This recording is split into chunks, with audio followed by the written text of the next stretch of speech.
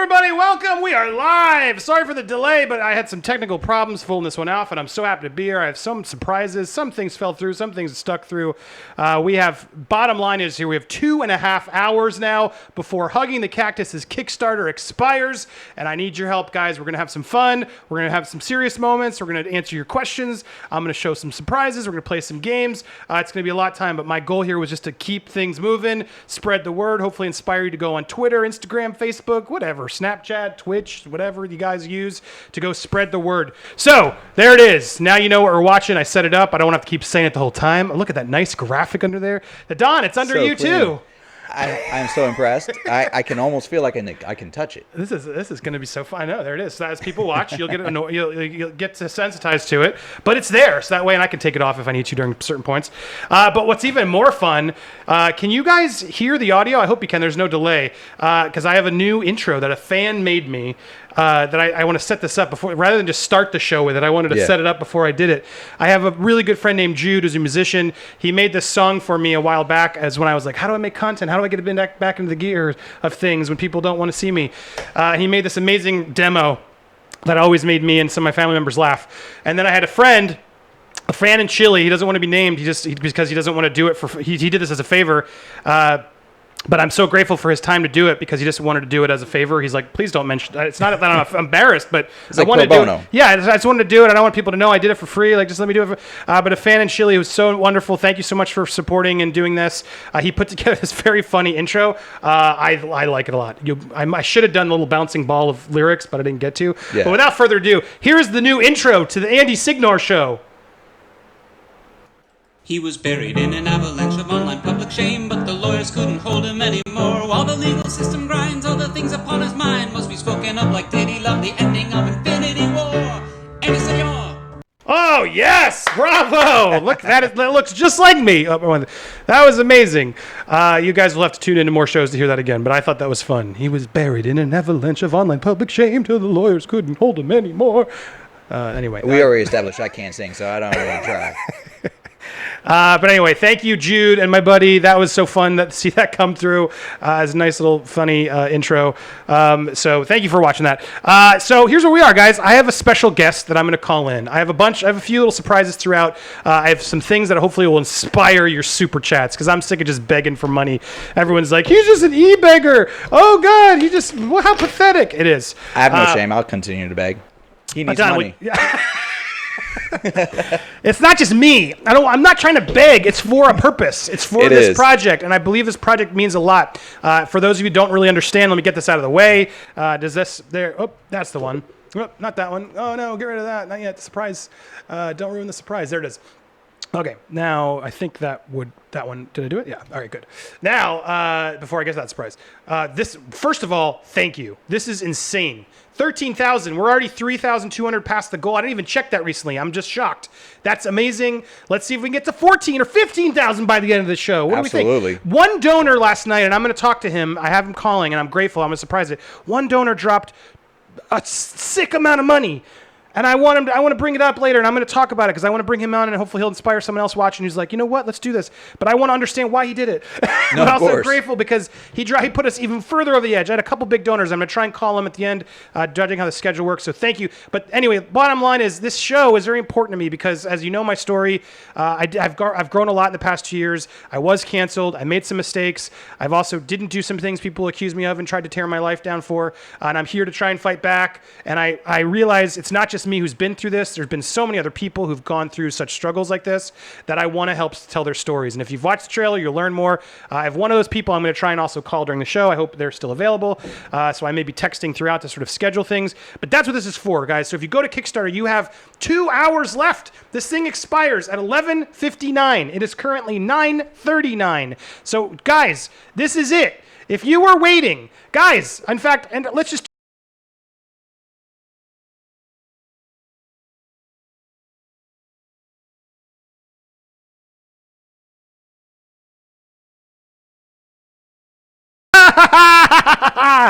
that's one of my favorite movies. But that's what the point is here. This is the last minute, so if you want to give, now's the time. And I am very excited to sort of build this show with you. We've gotten funding for the podcast version. I'm going to do like I don't know, it's going to be a season of podcasts. I have a few more lining up. I'm lining up, and I'm looking into more stories. But there's going to be long form discussions and little docs before them explaining the people's story. And then my real goal is to do a documentary pilot, where I go and actually fly out to one of these people, shoot some about their footage about their life, talk to their people, really get ingrained a little bit more intensely, because that obviously costs a lot more money. But my goal is, you guys have funded the podcast version. You're going to hear more stories. I'm very excited about that. But if we can get a little bit more over the hook, if we get another big sponsor out there, dude, let's talk. I'll negotiate with you. What do you want? Untitled thing, whatever you guys want, whatever you guys need. Let's figure out how to make some sponsors be excited, or some more donors help give this, so we can really do what we need to do. But that's the point of the show tonight. So before I get more into that, Adon, why don't you? I want to introduce Adon, so I can cut to Adon while I set up the next guest. Adon, thank you for coming. People, I was slowly introducing, but my buddy Adon here from Nerd Tots is here, and I'm so happy to have you, man. It's always a pleasure to be here. Always fun, great experiences, and you're a great friend. So, of course. Well, you are a great friend. You've been a great friend to me here, and I'm grateful for it. Yes. And I can't turn that sound off, but I'm calling up another potential friend. All right, quiet guest. You're not on yet. But here we go. My first guest is, is it safe to call him Epic? An Epic guest? I would say is very, very safe. It's very safe. I don't know about it. Guys, it is the original Epic voice. Oh my God, Gannon Nickel, what?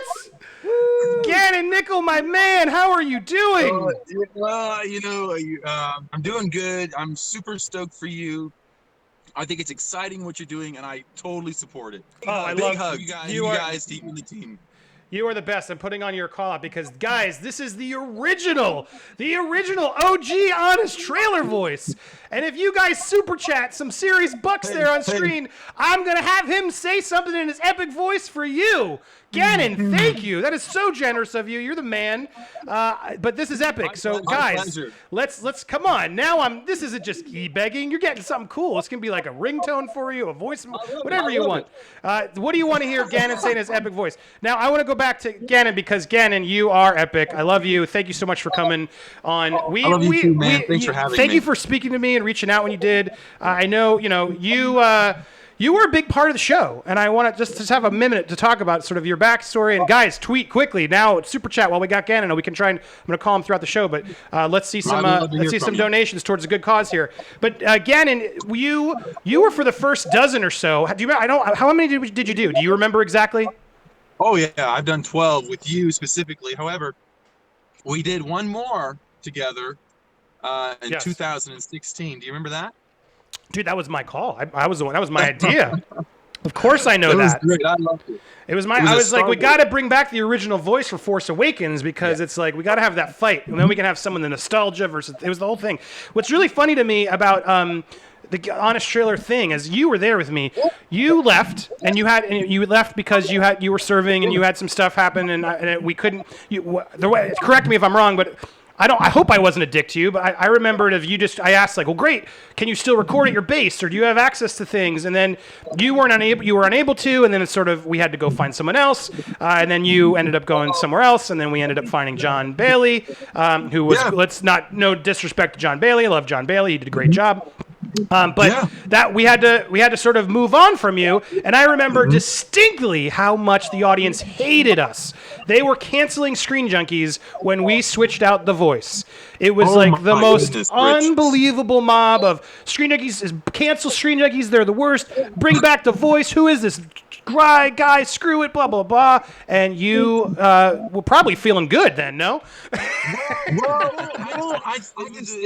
was a bit of like, looking back, I was so thankful and it humbled me, and I just was super stoked to see that a lot of folks were really supported me, and we're all right with that, but I know they didn't want me to go, and but I love them. They've got a great guy. John Bailey's a fantastic voice too, and a real good guy. And so I thank you, Andy, for bringing me on though, and I'm pretty stoked to be a part of Honest Trailers with you from the very beginning. We were trudging around. Remember that? I do, man. We were trudging. What do you remember about the early days when we were doing it. Feel free to roast me, whatever. We're here to be honest. Share a story.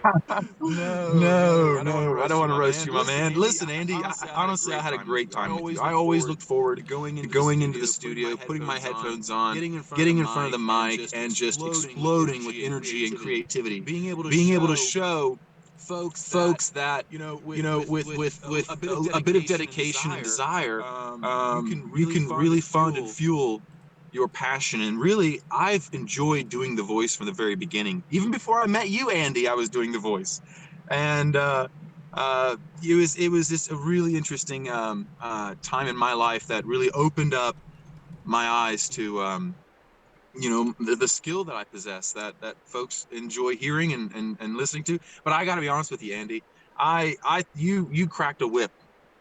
You're a man who knows what he wants. And I can really appreciate that. And that's why we had great product. We had a great trailers, and folks really loved them. They were hilarious.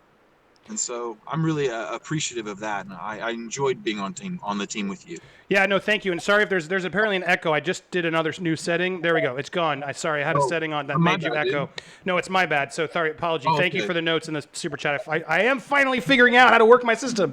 It just takes a few. But yeah, no, thank you for saying that. I did crack a whip, and I got accused of cracking a whip because I knew what I wanted. I tried to do it. Sometimes that was not right. Sometimes it was. But I was grateful for your work, and you also. This was a big first gig for you. You weren't doing a ton of voiceover, especially in that work. My biggest memory of you is you always had to down like some sugary beverage to keep that voice going. Every time you're like, "Can you get me a soda, something, or a fruit punch?" And you needed it because it's not like a natural voice. Oh, he's got it. He's got it ready to go. It's not like a natural voice for you, right? It's for you guys, Pepsi. Is there a little plug for them, right? Yeah. No, but I know you're right. You're totally right. It's not a natural voice. Can you tell? What gave it away? Let's try it. The most iconic line you did, for me, was boobs. Boobs. Oh my goodness. I got a lot of flack still because you're not allowed to say boobs in this day and age anymore. In our new culture, boobs is off limits. But I thought it was funny because Titanic, these movies, it was about the boobs. It wasn't about us trying to just be gross sex perverts. Those Titanic boobs were very important boobs for a lot of people. They were iconic. Yeah, exactly. And you remember that line, Andy, in that trailer, Titanic 3D. Do it. Let's hear it. It helped a lot of folks round second base in the back of a movie theater. Oh, it's so true. And I love you. You did Shovel Face. Shovel Face. There were a lot of really classic, iconic lines that people have now forgotten because they've moved on to 200 more, 300 more trailers. But man, I've always been grateful for what you did. All right, so guys, come on, drop a super chat in. This is for a good cause. I'm delivering for you. Don't make me beg it. I got Gannon here. Let's do something in the epic voice. I have a fan who actually dropped. Waiting to hear something. Yeah, well, somebody made a super chat in like a foreign term that was just mean. I'm not doing that, and it means it's like 10 cents. So I'm not stupid. I know what that means, Dame. So don't ignore that one, Dan Bezos. And I'm not gonna make that mean thing because that's not fair. And you also just didn't even give money. So let's do. Jake did give a call out earlier because he couldn't make the stream, and he said, "Can you give a shout out to Danielle Grace? I know she'd love a mention of my amazing girlfriend. Can you do something about hello to Jake's amazing girlfriend, Danielle Grace?" I'll give you a pause. Take it where you want. Yes. Okay, here you go. I'd love to. Let me come in close. Do it. To Jake's amazing girlfriend, you are the love of my life, and I look forward to seeing you daily. Every morning you bring joy to my soul. Yes! Yes! Bravo. To my soul. That was, dude. Did you guys hear that? This is rare. You guys better miss this out. Now, I got a really serious super chat from Scrap Metal Heart. I'm going to talk about this. There is some seriously sad news, but I'm trying to keep it positive for right now. So I see that story and I appreciate what you just gave me, Scrap. Yeah. We're going to talk about that. I plan to talk about it at some point, but I'm trying to keep the energy up for now. But yes, a very serious issue that I don't want to ignore. So thank you for that because it is something I want to talk about. It's very important for this thing. But I want to have fun with the epic voice first. The original, the OG epic voice. Isn't that wild, Andy? Wow. Well, I'm curious, like, How and many while years I'm ago waiting was for, I know I want to talk because I have so many questions. We haven't talked forever. I wonder if any other people have just, even if you throw a couple bucks, just give us something so we can support this. But again, and my question to you was, what was it like Yeah. when did you do you remember when it sort of hit? When it was sort of like, oh man, this is actually something turning into something. Do you remember that? Oh, I mean, when you when you hired me. No, but I mean, you you noticed when know, you noticed when the views started because you weren't there for the Phantom Menace. We hired somebody else. I was not. And then that voice wasn't an epic voice. He was a great guy. It's actually weird enough. Ptolemy Slocum, who went on to star in Westworld. Oh. So he had the redhead from Westworld, one of the tech guys. He was the Good for very, him. very first voice. And then we had someone for Avatar. I don't know why we had him for Avatar. You were unavailable or something happened weirdly. But then you were there for the rest of them. But what I do you was in the Air remember? Force at the time, and I couldn't be there with you even in 2011 when we began our journey together with Honest Trailers, and you began with Screen Junkies, and then I had to when I came back, we did another version of the next version of the Star Wars saga.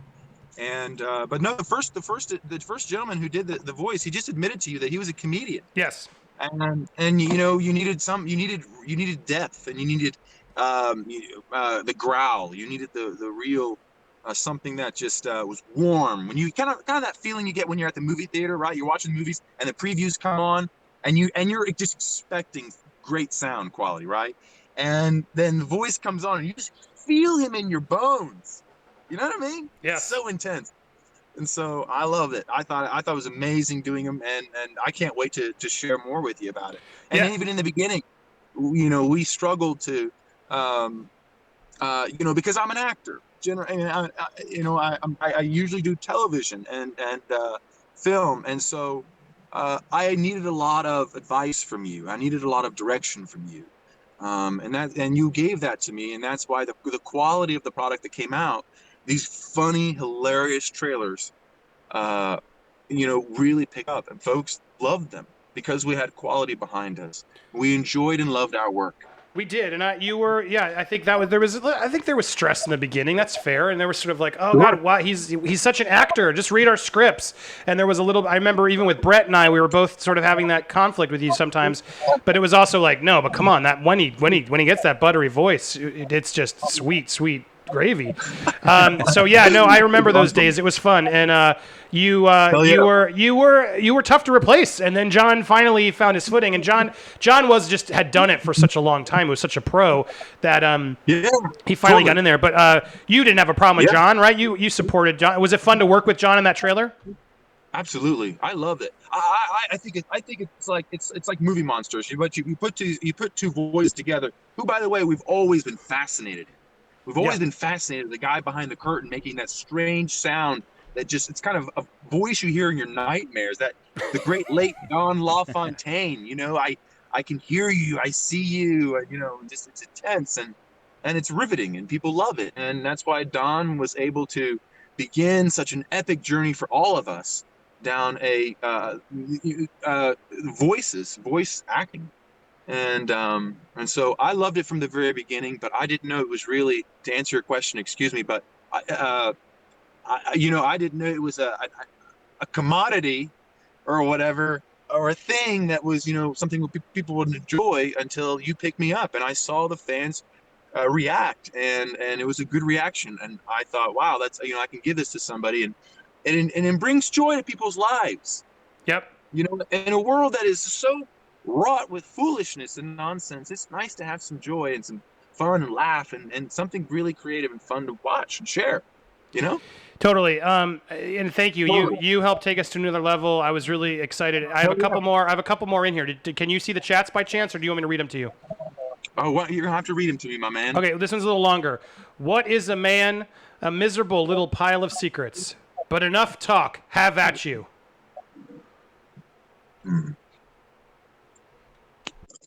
What is a man? A miserable little pile of secrets, All right. but enough talk. Have at you. What is a man but a miserable pile of tough secrets? But have at you. Yeah, close enough. How does that go? Where does that come from? I don't know. I can't. I'm trying to think of it too. Someone tell me. Here we go. come from? We got another one. In a world where Disney has no idea what they are doing with Star Wars. Oh, yes. I love to do that one. Yes, thank you. In a world where Disney has no idea what to do with Star Wars. Yes. Oh, come on. This is so fun. Don, you got anything you want him to say? It was fun. Oh, I want you to say, welcome to Popcorn Planet.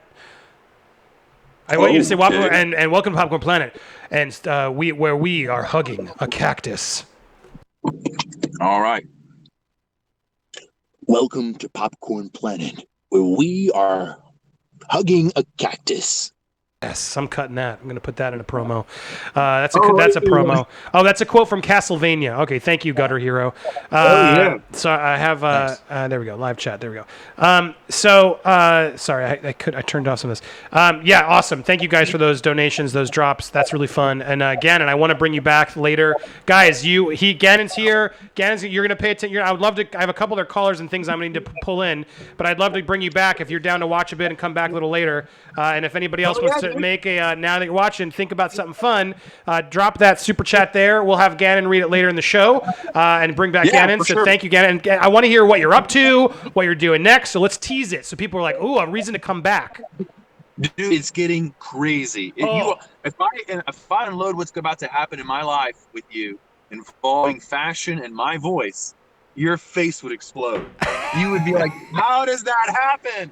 I can't wait to share it with you. That's how you cut a promo. All right, awesome. I love you, Gannon. Thank you so much. I will call you in a bit again. Thank you for calling in. Everybody, Gannon, Nickel, go support him on Twitter at Nickel Gannon. It's been on screen there. Go give him some love on Twitter, and we'll talk to him in a bit. Thank you, Gannon. Instagram. Same one on Instagram. Awesome. At Nickel Gannon is what I have on screen, so go check him out there on both things, and we'll talk to him soon. Thank you, buddy. All right, Take care, y'all. We'll talk soon. All right, there we go. It's our first special guest. I mean, come on, Nadon. That's pretty cool, no? no, he's awesome. I froze up because I couldn't think of something oh my right God, off what the do spot. I do with this voice? Yes, like so many opportunities of things to want to say.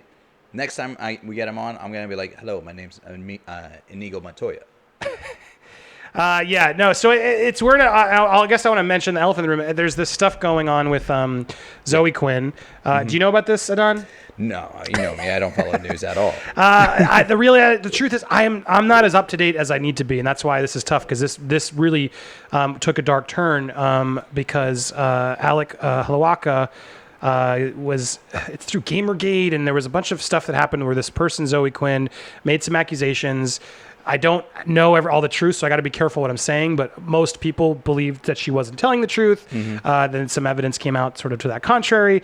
He had mental illness. Anyway, long story short, she apologized. I think they both apologized. And eventually, anyway, the problem was there was so much hate on this Alec guy, and he committed suicide and took his own life. And which is just such a bummer and so sucks and very relevant to what this show and what I'm trying to do is about.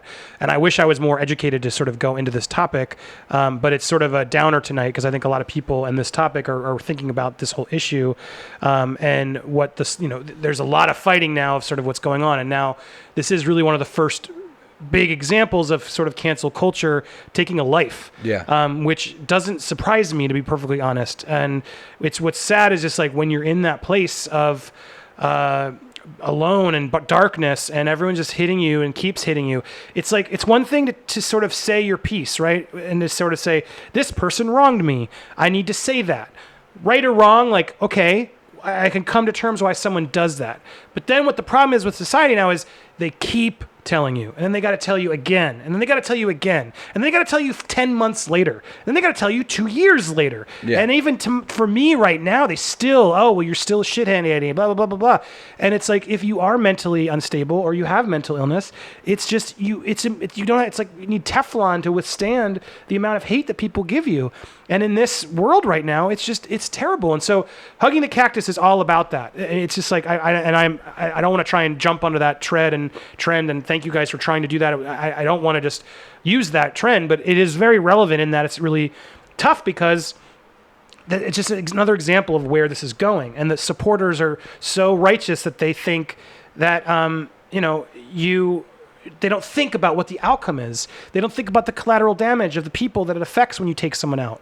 They just need to be right. And they're so in their right that they're like, well, no, this person did something and someone told me they did, and I have to believe them, and I'm going to ignore that person. It's just like, even right now, it's like I'm in a place where I have a whole hundreds and thousands of people on the side who I worked with who just won't even engage with me. Yeah. For what? Because I made mistakes, granted, 2 years ago that I've taken accountability for. I'm trying to move forward. And they still just need to, like, I can't engage because society won't let me. I'll get ripped apart. I won't be able to be on Screen Junkies again. I won't be able to do this. Like, that's how effed up it is right now. And they don't want what happened to you to happen to them. Correct. Basically. And they don't want the mob to come after them. And they don't want, and they don't have the balls anymore to sort of just stand up and be like, look, this is wrong. And when someone like myself or others, it's just like, I feel like you got to take point at some point. Like, I'm trying to move forward. I'm trying to right my wrongs. I am doing that privately. I'm doing that publicly.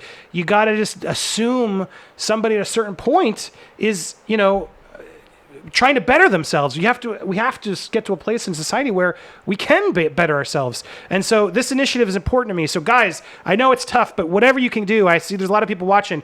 Please go hug the cactus. I see actually people joining. That's even, you can go to uncanceled.com. The link is up there. You can sort of support the cause. I'm going to look into this story. I'm going to try and do a piece on this story. Absolutely. What's nice about what's already been greenlit is I can do ongoing podcasts where I can talk to experts, and it's not always going to be the same format you think. If I can talk about an expert or someone affected in this case and really talk about it, then we can have those conversations and try and shine some spotlights on it. But the truth is, I don't have all of the information on this one, so I'm like hesitant to just go bash Zoe or talk about anything because I just don't know. And I think the worst thing we can do as a society is to jump into something without doing the research. I don't care how you can knock me down for all you want to say you're an idiot. This is it. I just don't know her or what happened enough, and I need to, and I'm looking into it. I tried to do my best today, but you got to be patient with people. If someone's saying something wrong, go ahead and correct them. But we can't just keep knocking down and assume no, you're wrong. That's where we get into trouble. Both sides. You can't just go say Zoe and now go kill her because then she'll kill herself. Is the reality of why this whole movement is complicated. It's important to bring up the topic. It's important to point out how serious this is. But we won't know until we have more serious conversations. And the reality is no one wants to have these conversations. That is the hardest thing and the truth about what I'm trying to do here is no one wants to friggin' talk about it. No one who's even been accused or wronged wants to even just come forward and tell me why they're not allowed to talk to me. Like, that's important, guys. And I know there's someone watching this right now who has been silent and has a feeling about me or hates me. Say it. Talk. If we don't talk, I can't learn. I can't figure out what was wrong. I've apologized. There are people who still accuse me of things. I've gone forward and said, I didn't do that. I'd like to talk. They ghost it and then say, we're not going to get involved. How do we move forward? How do we educate ourselves? How do we grow if all we do is throw stones?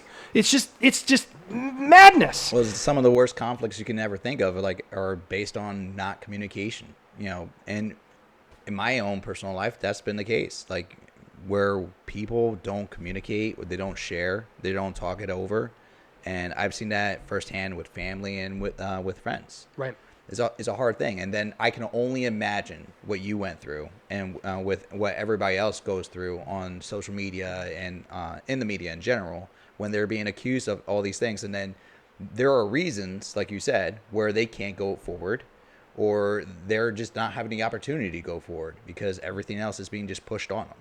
And that's just hard. Yeah. No, it's true. And it's this story just, I think, takes a lot of just obviously the fun out of tonight because it bummed me out when I started learning about it. But at the same time, we have to try and move forward. We have to try and make sure the topic is relevant and talk about it, but not fight about it. We need to find people who can actually listen and talk about it smartly. And that's what it's out. And I think beyond even just that specific issue with this whole Zoe Alec thing, which just my respects go to Alec's family. It's awful. I want to look into that. I promise to try and look more into it and share that story on my platform if I can. I will. But beyond that, there's so many other stories, guys. That's the reality. It's like I can't even show you all of the emails I get for people who just lost everything, who are at their wits' end, who are contemplating suicide, who all these things that it's like because we just ghost someone in their lives because society has told us to. And the reality is like, guys, these people still have to support families. They have to still it's like people just say to me, the biggest thing that really freaking pisses me off, and I get it a lot, and I'll talk about it because everyone says I'm e-begging and all this crap that I it doesn't bother me. I'm over the trolls, I really am. But at certain points, it does like kick a nerve because it's like this idea of, oh, just get a job and quit complaining and move on, get off the internet and do this thing. And I did a podcast yesterday with why am I dropping his channel name, the law firm channel. I don't want to say his name wrong because that's even worse. Sorry, and I didn't tweet that. Oh, come on, guys. I didn't even tweet that I was live. That's really stupid. Sorry, I'm making sure I tweeted live so people know I can go. But Rakita, how do I say it? Rakita, Nick at Rakita Law is what I was trying to think of. Rakita is what it was. He had a great episode with me. You guys should support him. But he's doing the whole Vic Morrow thing with Kick Vic stuff. You should go check that out too. Anyway, long story short is it was the first time I could have a conversation with someone who understood the effects of cancel culture, and you can't just go get a job. It's not that easy. People with your Google history the way they are, you are just toxic to any job. And then you can go to like a Walmart or something, but then I'm a exec level experience. They don't want me. They're going to think I'm going to leave because I'm too experienced. And so overqualified. And it's like, it's just a whole thing where it's like, guys, it's so brutally hard to still get paid. And I think a lot of people, in my case, Nick Ricotta, thank you. There's a lot of places in my case where, they're like, well, no, Andy, you're a millionaire. You're a YouTube personality. You settled, blah, blah, blah. There's so many assumptions about me that think they just know me and they're like, screw you. And the reality is it's not what it is. So cancel culture is so bad for us because when we decide to cancel someone, and we decide to just use the mob to say this person is not worthy of attention anymore, of working anymore, you are really taking life. You are. It's not to be so dramatic, but you are, because you're mentally and physically breaking that person down to a level that people think they're doing something right, and they are literally destroying someone. They are literally bullying someone to their core. Yeah. And they think there's this righteous, it's like a righteous crusade. Yeah. But I don't even mean like endorphins. There's like righteous endorphins that come out of people, and they're like, yes, I just canceled. Screw that person. I told him. And it's like, it's just sickening. And people don't realize how serious it's getting, how bad it's getting. And that's what this is for. This whole project is to attempt to tell more of these stories, to hopefully help some people who are going through these struggles, because the biggest thing they tell me every time I talk to them is like, I can't get anyone to tell my story. I have no platform. No one wants to hear me. I'm already toxic. No one wants to even hear my side. And guys, that's ridiculous. We got to allow that. We got to find a network to do that. So that's the goal here. That's what this is for. So thank you. I want to try and keep things upbeat, because it's sort of depressing for 2 hours to get that intense with things. But guys, it is a serious topic. This means a lot to me. I do feel like I've luckily taken some time to really process and figure out how to do this. And so that's what I'm trying to do here. So thank you. So I'm trying to also check some of these chats, read the chats and super chats. It really helps the chat out to send super chats. Yes, Jeremy, thank you. I'm trying to super chats, get things read, and I just got one from thank you, Scrap Metalhead, and I also saw you just joined Hugging the Cactus, so thank you. I get an alert on my phone. Andy, I think you should tell your story on Joe Rogan. He very much would support your project and bring a light to these situations. He has the audience. Guys, I have reached out to Joe Rogan's publicist, his producer, his person, his email. I've done it. He is not interested. He doesn't seem to be interested, or he's busy. I don't know what it is, but I will keep doing it. I will try. It would be a dream. He's in LA. I'm in Florida, but still I would fly out for that. I know how big of an opportunity that is. But, at the same time, I'm sure he has people vetting. Maybe he doesn't think I'm funny enough, famous enough, interesting enough. Maybe he thinks he has friends who've been canceled that are more telling to tell the story. I don't know, but absolutely I would give anything to go talk to Joe. I'm a big fan of what he does. I think he's a smart guy, and I think his reach is incredible, and I would love to see his opinions on some of these topics. He's talked about it a lot on his show. So absolutely, it is my goal to get on that show. And if you have other shows you think can spread this word, just because the Kickstarter ends tonight, we have now a little under 2 hours. Just because it ends tonight doesn't mean it has to be over. I intend to still continue to do this. We'll have set up a Patreon and some other things so you guys can still give along the way. And then when we drop the pilot, we'll try and do a bigger season. So lots of stuff going. But I want to also, because we did this issue, Scrap Metalhead, thank you. You dropped a lot of money, so I appreciate that. I'm giving 50 here in this chat, and 50 for your fundraiser. I hit my breaking point today because Zoe Quinn has now cost a man his life. Alex Walkout took his life because of cancel culture. This cancel culture has to stop. I agree. I hope that talk helped, and I know I'm on your side there, and that is the goal here. So thank you for that. It's going to go a long way, and I'm grateful to anybody else who can do this. Dennis Page, thank you so much. Fight the good fight, Andy. Awesome. We can have Gannon say that in his epic voice since you dropped 10. I love it, guys. I have another fun thing coming. A little bit later, I have Lori, who is a dream expert. She's a person I met here in Tampa. I've become a fan of her. She's very friendly, and she helped me get on some blogs. And she's offered to do a dream analysis for you guys later in the show. So I want you to, Lori, the dream expert. Guys, if you super chat us a dream, you're going to have a world class. She's been on TV all across. She's legit. She's going to come analyze some dreams for us for the cause. Because my goal is I wanted some guests here who could at least do something fun for you to encourage these super chats. So it's not just me begging again on top of helping. So guys, you get double here. So keep them coming. Even if you give a little less, it doesn't matter. Just give something so we can support this cause. Or obviously Kickstarter too. If you tell me you dropped on Kickstarter and you drop $1 here, I will make sure you get some of these bigger pledges and we get to call you out on either dream analysis, Gannon, and some other fun stuff coming too. So please send over your epic voice requests. Here it is. Ooh, look at me. I'm like doing this live. That's what we're going to do. Or you can send me your dream analysis. Oh, that one didn't work. It's supposed to work. No, it didn't work. Oh, sorry. The dream one didn't work. Dream analysis for Lori. I'll try and fix that as she gets on. But there we go, guys. I have a few other things I want to play. In fact, while I'm lining up my next guest, I want to play a super fun video that I'm very happy that I got from a close friend. A lot of people say, man, Andy, I can't trust you because everybody you worked with seems to hate you. That's not the case, guys. There are people who've privately written out and we're figuring things out. But there's one man I'm so grateful to know and so grateful that he's been very nice and supportive over the years. He is part of a show called Man at Arms. Guys, have you seen Man at Arms?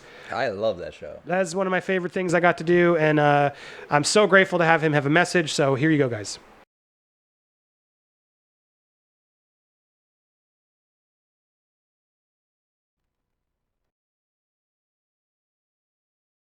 Again, what happened there? Why didn't that work? Did you guys hear it? I hope you heard it. Try one more time.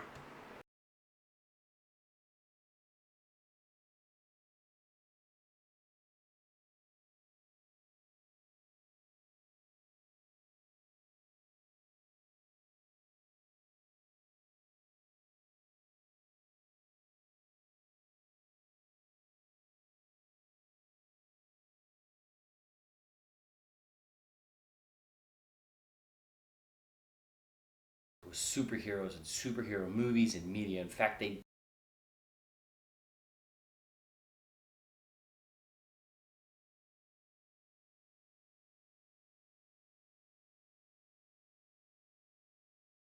Do you hear this?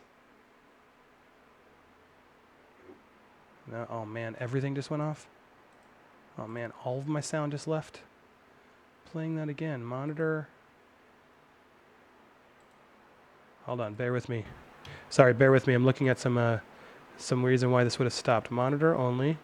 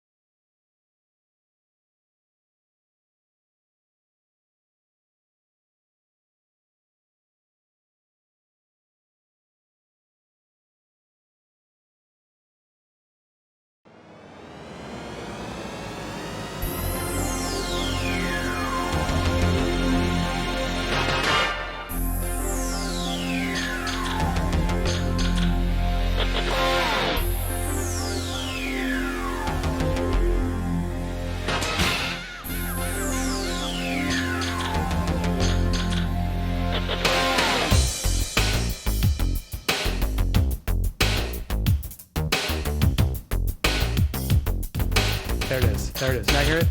Nice. I love this song. It's awesome. You hear it now, guys, right? Because I hear it.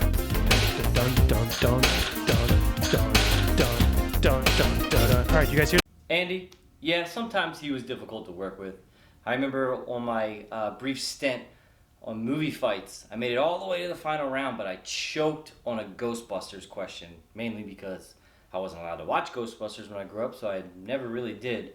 But afterwards, I thought Andy was so mad that he'd never talk to me again. But here's something to consider. In the age where we're almost obsessed as a culture with superheroes and superhero movies and media, in fact, they dominate the theaters and television today, where we just long to be maybe superheroes ourselves? Or is it that we love a good villain and love taking that villain down? And that's why we jump to share these stories on social media so fast without really considering the repercussions of what could happen to the person on the other side. Now, consider the following. What happens if one time, just one time, when we are trying to be like heroes, trying to focus our laser beams coming from our eyes at the enemy, or shinking our animadium claws into our foes, that we're wrong? What happens if just one time it was done to you? Oh, thank you, Matt. So Matt has been very grateful and nice, and I'm so grateful for him, and I'm grateful for him supporting me still and publicly supporting me. That's ballsy, guys. Yeah. There aren't a lot of publicly people who want to risk coming forward, but he understands how important it is to sort of have that redemption, that second act. And I'm glad he remembers and enjoys working with me. So thank you, Matt, and I look forward to hopefully figuring out if we can do some more together. But he's a great guy. You guys should support him, and That Works is the new channel. I don't know if you guys knew this, but he does still do sort of work. Man at Arms is sort of back. It's complicated. I don't want to get into it. I've tried to figure it out. But you can go check it out at That Works and on YouTube, Matt Stagmer, or look him up on Twitter at Anvil Slave. You can find some links to how you can find him there. But Matt, Ilya, Carrie, I love those guys. Thank you so much. Keep up the great work. I hope Ami figures stuff out and Man at Arms can keep going, because that was a amazing show, and I love those guys. So awesome. I'm trying to line up the next call, but I'm here to do some other fun stuff. So thank you guys so much for watching. I'm going to try and, if you guys have any comments or stuff, drop them in. The whole point of tonight was to try and raise some funds. Hopefully Continue the with last super chats. You know, if you got a request, put it in there. See what we can do. Hopefully, I don't have to keep doing this every time now that we have only 2 hours left to fast for funds. Then I can finally shut up. But let's get it well over the finish line so we can do it. So in the meanwhile, I'm trying to make sure this next guest, are you there? Hold on. Don, what do you think of? Can you tell me who Black Knight is? Oh my God! So I'm still. He's going to be played by Kit Harington. Yeah. I just need a quick delay. Who is Black Knight? Oh, okay. So if anybody knows more about Black Knight than me, 100% go into that chat and post something on there. But Black Knight's been around for since I think their first introduction of him was back on the 47th issue of Avengers. I could be wrong. You can correct me. But basically, his ancestry is having to do with Camelot, Merlin, yes. And his is all passed down through his heritage. And the power comes from the Ebony Blade, which is an enchanted sword by Merlin. It's like the exact opposite of Excalibur, which is can kill gods and demons and all sorts of things. His sword actually will heal him and allow him to cut through pretty much anything. So it gives him extra abilities. But his first issue that he was in, actually, he was a scientist that brought back Magneto and the Toad from I forget what it was. It was they were exiled or something like that. And he brought them back and he unmasked the enchanted armor in order so he can fight them or something like that. I found the issue. I have to read it. Which I'm going to be versed on it then. I found a lot of my old comic collection from the 1960s and 70s, so I have to rehearse and revamp myself on this, which I will, and I'll touch everybody else on this. Good. And then as you're and then what's your what do you think of The Boys? I'm just making you stall. I get this next caller on. Listen, I love The Boys. I have preached this to many other people. I know the fans of the comic, some fans of the comic actually like the comic better. Personally, I like the show better than the comic. The reason being, I felt like it flowed more. It was more relevant now, which is a dangerous thing to say because relevance is just depending on when you're watching. But the comic was basically all shock value. This had more substance and flow, so I liked it better for that reason. And I know people that didn't like the ending, actually. Yeah, Yeah. I don't want to spoil it because I know a lot of people are still. Oh, I'm not going to spoil it. If you haven't watched it, watch it. I encourage everybody to, except for your kids. Not for them. But some people didn't like the ending because like they could see it coming or it didn't flow right for them. I liked it because I read the book and it didn't feel like the book. It went a totally different route, so I didn't know what's going to happen, and that's always a good thing for me. I don't want to know what's happening. I want to be surprised. But other than that, fantastic show. I was happy it was short, only 8 episodes. That is the best. Yeah, I don't need it to be 20 episodes or going even like 12 episodes would have been too long for the show, honestly. 8 sweet episodes get me hyped for season 2, like a little taste. That's all I need. Yeah, I'm with you. And the other one I'm watching on, sorry, I almost got, sorry guys. All right, the other one I'm like now on Amazon, if you guys are watching Amazon Prime, is Fleabag. It's really surprisingly funny. I thought like, oh, that's just some girl show, but no, it's really, really strong, really funny, and it's short. It's like the other one I really loved was Ricky Gervais's Life After Life, which was so amazing and really made me think and cry and laugh. That's an awesome one on Netflix. But the Fleabag is a very similar, like touching, very funny BBC show that I highly recommend if you haven't watched it. What's on my watch list is Carnival Row. I gotta watch. Oh yeah, that just came out, and I haven't had a chance to watch it in the last 2 days. But I am definitely gonna, probably binge watch it all on Labor Day. Yeah, so. I started Dark Crystal, but it's weird. It's hard. But it's hard to get into. Anybody, if you watched the original Dark Crystal, that's weird and hard too. Like, totally, yeah. It's not for like. I remember watching it as a kid, and a lot of it just flew past my head, and I rewatched it as an adult, and I'm like, whoa, I couldn't believe like half the stuff, and at the same time, like the pacing just feels different. But that's the same thing anything you watched as a child. Like Looney Tunes seemed innocent when I was watching. Yeah. All right. So lining this up, just making sure I have the next couple things ready to go. But in the meanwhile, I saw some super chats come in, so thank you guys. I want to read these. There we go. This is from Bunda. Thank you. E-begging, such a stupid thing to say these days. Yeah, it's the term. It's the term people accuse me of. And I mean, I understand what it means, but they also have to understand, like, well, yeah, how else do we make a living doing this, guys? When you turn off ad blocker and all this stuff, it makes it harder. And YouTube is not does what not it used pay. to be. Yeah, and it's all rough. And there's so much competition. The algorithm, that's all what it is. So e-begging is now what is the term of super chat me, please. Joker reviews. So anyway, but then he says, these Joker reviews, guys, not only are we going to talk about the Joker reviews, I have a man who saw it.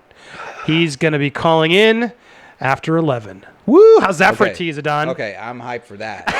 Because I've seen some of the reviews, and I'm like, guys, don't want to take it too hard, but I feel like this is going to be a great movie. Can people tweet that out? We're going to talk Joker review. No spoilers later. Please go tweet around for me. I should do another tweet while we're doing this. But Joker review coming.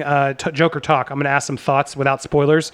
So we're going to talk Joker. Andrew, I just got your dream reveal. I love it. She's on deck. We will get your dream analysis. Guys, just drop anything down if you got a fun dream, even if it's $1. Let's give. Come on, let's get it. Let's get this over the edge. Anything you can give would be awesome. Let's put Lori to work. She's really good. Adon, if you have a dream, I have an old dream I want to do. I want to sort of what it is, but let's get your thoughts because I've always wanted to figure out what that is. All right, then there she is texting. Great, got it. In fact, I think she's ready. Is that she's on there? Okay. So guys, here we go. Sorry, she didn't text me. This is always fun, but the Joker reviews, they're pretty intense, right?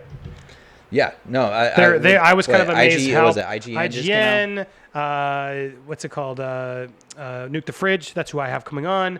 A lot of people have been talking about it positively, and a lot of them are calling it a masterpiece. So some are saying like it could be a standalone without having to be related to the comics at all. Yeah, well, see, I don't want to know spoilers. But of the reviews or of the movie. Oh no, I when they started going into a little bit what kind of felt like spoilers, I turned it off. Yeah, no, and I'm not going to let spoilers happen even here, but there's still some like things I want to understand or get prepped for here a little bit for on. Thoughts on the upcoming Batman show? Oh, thank you, Ninja Freak. Good, I needed a delay, and you just helped me give a segue. The Batwoman show. Look, I got no problem with Batwoman. That's not the problem. I don't have a problem with Ruby Rose. That's not the problem. The problem is the whole like forced, like this will look better on a woman, or you got to. All these things are just. It's too much. It's so ridiculously too much. Like it's bad. It's good. Let's make a Batwoman. Okay, great.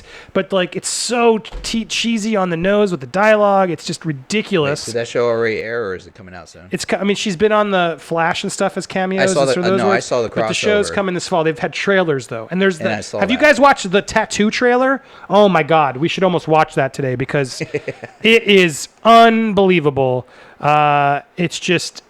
It's so tacky and cheesy, and you're just like, what? All these people keep coming in the tattoo shop to get the Batwoman logo, and then the tattoo guy gets it. It's just like, it's just so stupid. It's so stupid. I'm like one of the biggest CW fans. I love their shows. I follow CW since the beginning of Supernatural and still do.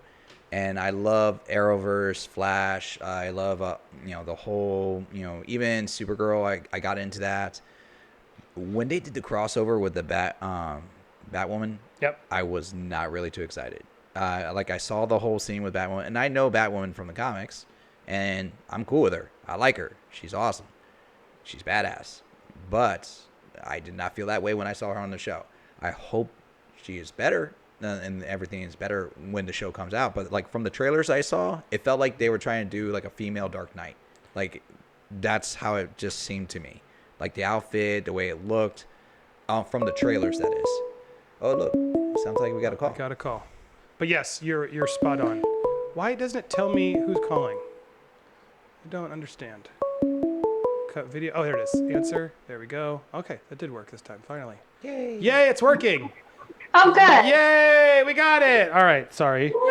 Woo, woo, woo. All right, I got a special guest. Here we go. As I get this, thank you for figuring this out. And here we go. And you are now live with us here on air. Guys, welcome. I don't have the proper nameplate for some reason, but let's put this up here. Lori, welcome to the show. Hey, thanks for having me. Nice to finally meet you. We've talked on Twitter a lot. We've become Twitter buds, and you've helped me a ton get some contacts out here in Tampa, supported the causes, and I'm very grateful for that. Sorry you can't see me. If you put on a YouTube link, if you open up the YouTube link I sent you, you can watch us there, but in order for my webcam to be broadcasting live, I can't have it on Skype too. So, but you can hopefully hear me okay, yes? Yes, I hear you just fine. Cool, awesome. So, Lori, thank you. It's great to meet you, and thank you. I appreciate everything you've done. And I've been dying to get you on the show because I want to talk about dream analysis. So, can you tell our fans what is dream analysis? What do you do? How does this work? Tell us the skeptic out there. How does this actually work? Okay, so we all dream every single night, whether you remember them or not. You're dreaming. It's a natural, necessary function of the brain. And dreams are not random nonsense. That's something a lot of people dismiss as, oh, it's just a dream. No. Dreaming is a very important and powerful part of who you are. In fact, I think it's the most powerful part of who we are. When you're dreaming, you're thinking, you're figuring shit out. You're thinking about your day. You're thinking about your goals. You're thinking about what you've messed up on. You're thinking about how you want to make things better. But you're thinking in a much more focused, insightful, and brutally honest way. But you're also thinking in symbols and metaphors rather than thinking in, words and linear thought. So it is a different language, but when you can understand the way the subconscious language works and you can understand your dreams, you can gain unbelievable insights into yourself, into the world around you, into your behaviors, into the people around you. You can really figure it all out. So I had a dream when I was little, a constant dream, and hopefully I'm not oversharing. You're not going to reveal too much about me, but do what you can do, or tell me privately if it's like really messed up. But no, I had the flying dream. I had a reoccurring flying dream, but mine was weird in that it was just an ability I had where I would just be able to float. and it would be this ability that I couldn't fully control, but I would just literally lift myself up like Christopher Reeve style, like Superman style, and it felt like a balloon. So I'd be able to see myself very high, and I'd get a little nervous, but then I would know how to like sort of drop myself down. And then that was a sort of a reoccurring thing I did. And then as my dreams and I grew, this stuck with me because a lot of times dreams don't stick with you. But as I grew, I realized sometimes in my dreams I would use it. I'd be like, "Oh wait, let me do my dream. Let me use my flying power," and I'll get there. I'd do it like, and it wasn't like flying to Japan. It was always like, I'm gonna just fly up a little bit and then drop right back down. And it was just a weird feeling of nervousness, but also like, I can do this. Am I crazy? Do you think I have a problem? Do I have a mental disorder? What would your take be? No, you're actually pretty awesome. The flying dream is actually very common when we're children, but it does taper off as we get older because we start to realize life can suck and things are heavy, and we sort of lose that, I can do anything, imagination that comes with childhood. I love, though, that you continue to have the flying dreams, and the thought process you had in the dream was super important. You were like, let me just do this. I can do this. So that's a good thing. The things you think to yourself in a dream are really powerful because if you look back at when you were having those dreams, you probably would find you'd get them when you needed to prove yourself, when you needed to rise above criticism or your own self-doubts or something that was making you feel insecure. And through the dream, you and your subconscious were realizing, I can do this. Let me just do this and rise above and show everyone I can do this, and then I'll come back down. And I think that's probably a part of where you are today because you've reached a pretty good level of success. And I have found that people who have flying dreams throughout their life are the most successful. Wow. All right. Well, there you go. Thank you. That makes me feel more confident. I'm making sure I put your Twitter on the because someone asked for it, and now I've adjusted to make sure my guests have their Twitter links, and there's people who can follow you because that was cool. Thank you for that and reaffirming. And now I feel a little bit more amazing. I have somebody actually did give a donation towards the cause for their dream analysis. But Adon, I'll go to you next. And then if anybody else wants to get their dreams analyzed, we have a couple minutes here with Laurie. Now's your chance. This is legit. Thank you for giving me this time and helping the cause. It's very generous of you. But Andrew Sandoval, thank you, Andrew. I had a reoccurring dream maybe 10 times throughout my life about my teeth falling out of my head. And when I wake up, I can feel them in my mouth. What might this mean? Wow. Is that common? Have you had that one? No, but that seems scary. Okay, so it's actually pretty common.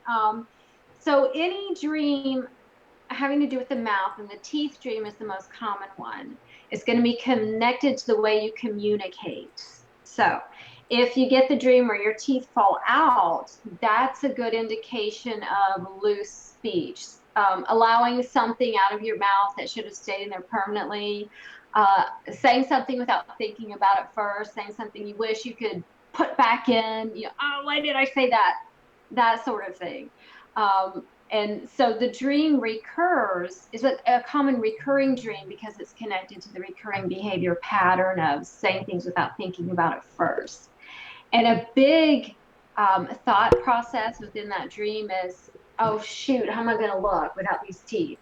So that's connected to the concern of how am I going to look after I've said this thing, after I, misspoke or whatever. So whenever you get the dream, no matter how disturbing a dream is, it's actually good for you because it's alerting you to something you need to correct. Yeah. So that teeth dream is letting you know, okay, you let something slip. Let's work on that behavior so we don't do it again. I love it. All right. Well, that's there you go. That was some pretty serious analysis. I wonder if tell us in the comments down there. Sorry, I forget his name. Andrew, tell us if you think that is something connected. Here we go. Anthony just sent in a dream. Here we go. He dreamed the old chef at the Bellagio, that's somewhere we worked, the movie theater, was pouring gas over the kitchen. He said, making some changes. I said, you do what you want. I calmly walked away. I mean, that one I think I can probably figure out. He's not happy with his boss and thinks the boss is destroying his work. What do you think? Okay, so the cook at the Bellagio is pouring gas on the stove. Over the kitchen. He said, making some changes. I said, you do what you do, and calmly walked away. Okay, well, yeah, that is pretty self-explanatory. There's changes going on he's not happy with, and whatever you say in a dream, whatever conversation is had in a dream is really a conversation you're having with yourself. So he's telling himself through the dream, changes are happening, let's just walk away from it. But also, the gas is important. Every little detail in a dream has a meaning. Nothing's random ever in a dream. So the fact that the gas is being poured, the gas represents his energy, his fuel to get himself going and moving on out. All right. Okay. I love it. We got another one. Shannon. Thank you, Shannon. I was chased in the woods by a 50-foot abominable monster. Sorry, I'm laughing. I shouldn't be laughing at these dreams. No, it's okay. You're crazy. I was chased in the woods by a 50-foot abdominal... how do you say that? Abominable. Abominable. Thank you. Abominable monster. 3 bulldog heads and a turtle shell who picked me up and said, "You ruined Johnny Depp." Oh. Well, sucks. That's odd. Okay. Her name's Shannon? Yeah, So it's a Shannon. female? You're like, uh-oh. I know Shannon, so if you'd like to speak to her privately, we can arrange that. So she's in the woods. Yep, chased in the woods by a 50-foot abominable monster, 3 bulldog heads, and a turtle shell, who picked me up and said, "You ruined Johnny Depp." Okay, so remember how I said whatever you're told in a dream is something you're telling yourself? This applies. So she's upset with herself about something she feels she's ruined. Johnny Depp represents that. So when you get a celebrity in a dream... Oh, hold on. Hold on, we just lost your connection. Oh, wait, she's moving. Wait, she's back. Hold on, guys. Bear with me. Let me try and reconnect her. Boop, boop, boop, boop, boop, boop, boop. Boop, boop, boop, boop, boop, boop, boop. Boop, boop. This is fascinating. It was about to get interesting. I know. Come on. This is about to really kill it. I felt like she was about to say, send Shannon me, May run Pirates of the Caribbean. Why didn't that... let's see. Sorry. She's got to send the invite to me. Lost you. Call again. Here it comes. All right, sorry, bear with me, guys. This is fascinating. Guys, Lori's a pro. This is a steal. Get your dreams in now while you can. Don, this costs a penny to do. Yeah. I mean, I could only imagine. It was I'm very, very I generous feel like this with is her. like therapy session, like on discount. But Shannon's stating soon. All right, sorry, I'm trying to get her back on the phone. Here we go. Shannon, bear with us. Bear with us. She had her internet kicked out. My internet's fine because we're still streaming. Try again. I'm sending her. Don, do you have a dream ready? I have one piped up from a few years back. Oh, yeah? All right, good. Yeah. And we have another one. Oh, good. We just got another one from Miss Leah. Okay, great. Keep them in. Sorry, I'm going to get her back. Is it working? Hold on. I'm just going to call her, guys. That also will ensure it's happening. Because, hey, we're live. Mm-hmm. This is the fun of a live show. Because you never know what's going to happen. Technical difficulties. Should we watch the... Hey, is it working? He was buried in an avalanche of online public shame, but the lawyers couldn't hold him anymore. While the legal system grinds, all the things upon his mind must be spoken of like did he love the ending of Infinity War. And Signore. I can just speaker you. All right, let's see if I can hear you. Ready? All right, you're on speakerphone now. We lost her internet went out, guys. Can you speak for me? Yes. Can you hear me? That's not terrible, right? I want to make sure Shannon gets her dream. Yeah, it's not the best, but it'll work. So I don't want her number there shown. Okay, there we go. Yeah, I have the phone blocked. So go ahead. We were talking about this idea of I was chased in the wood by a 50-foot abominable monster, 3 bulldog heads and turtle shell who picked me up and said, "You ruined Johnny Depp." Right. Okay. So, she's being chased, which means that this dream is connected to something she's avoiding. Some issue, some situation she doesn't want to face and deal with it, therefore she's running from it. So there's 3 bulldog heads. Dogs in dreams, or any reference to dogs in dreams, is going to represent a relationship where there should be friendship, loyalty, companionship. So this could be friendship, this could be an intimate relationship. She's running from it, or running from dealing with something that needs to be dealt with. And then it's the turtle shell, right? Yeah. I just think Mario Kart. Is that the wrong thing? Turtle shells on the dog's back. Maybe if she's a gamer, that could certainly be a reference. Wow. But typically, turtles will represent something she feels is going too slowly, or that she is built up a shell around her and she's not opening up enough. Hence the running away. Wow, Dawn's like maybe. So the dream is showing her, she needs to open up, stop running, face it, deal with it. There you go, Shannon. She said her sisters have really wanted her to figure out the meaning of this dream. I've been trying to figure it out for years. Shannon, chime in. Let us know. Text us if you did. So good call. And Andrew Sandoval said, you nailed it. Thank you, Lori. Wow. So there you go. You're doing great. Guys, her link's in the profile. Go give her some shout-out love. I got a couple more here before we let you go. Miss Leia. Thank you, Miss Leia, for the donation to the cause. I have reoccurring dreams. I'm always in survival situation like zombies or apocalyptic type situation, just trying to survive. What does that typically mean? Okay. Does she say how long it's been going on? No. Reoccurring. So I imagine a while. Recurring. Miss Leia, feel free to chime in, but. Okay. So recurring dreams are connected to either a recurring behavior pattern. Every time you exhibit the behavior, you get the dream, or an ongoing issue. So for as long as the issue continues, so does the dream. I'm intuitively guessing that this is about a recurring behavior pattern. Zombies are connected to grudges, not letting something die, holding on, keeping alive an issue or a situation that's actually dead and over, but you're keeping it alive. Because you have some kind of issue, you feel you haven't got resolved, or you're still angry or something, you haven't let it go.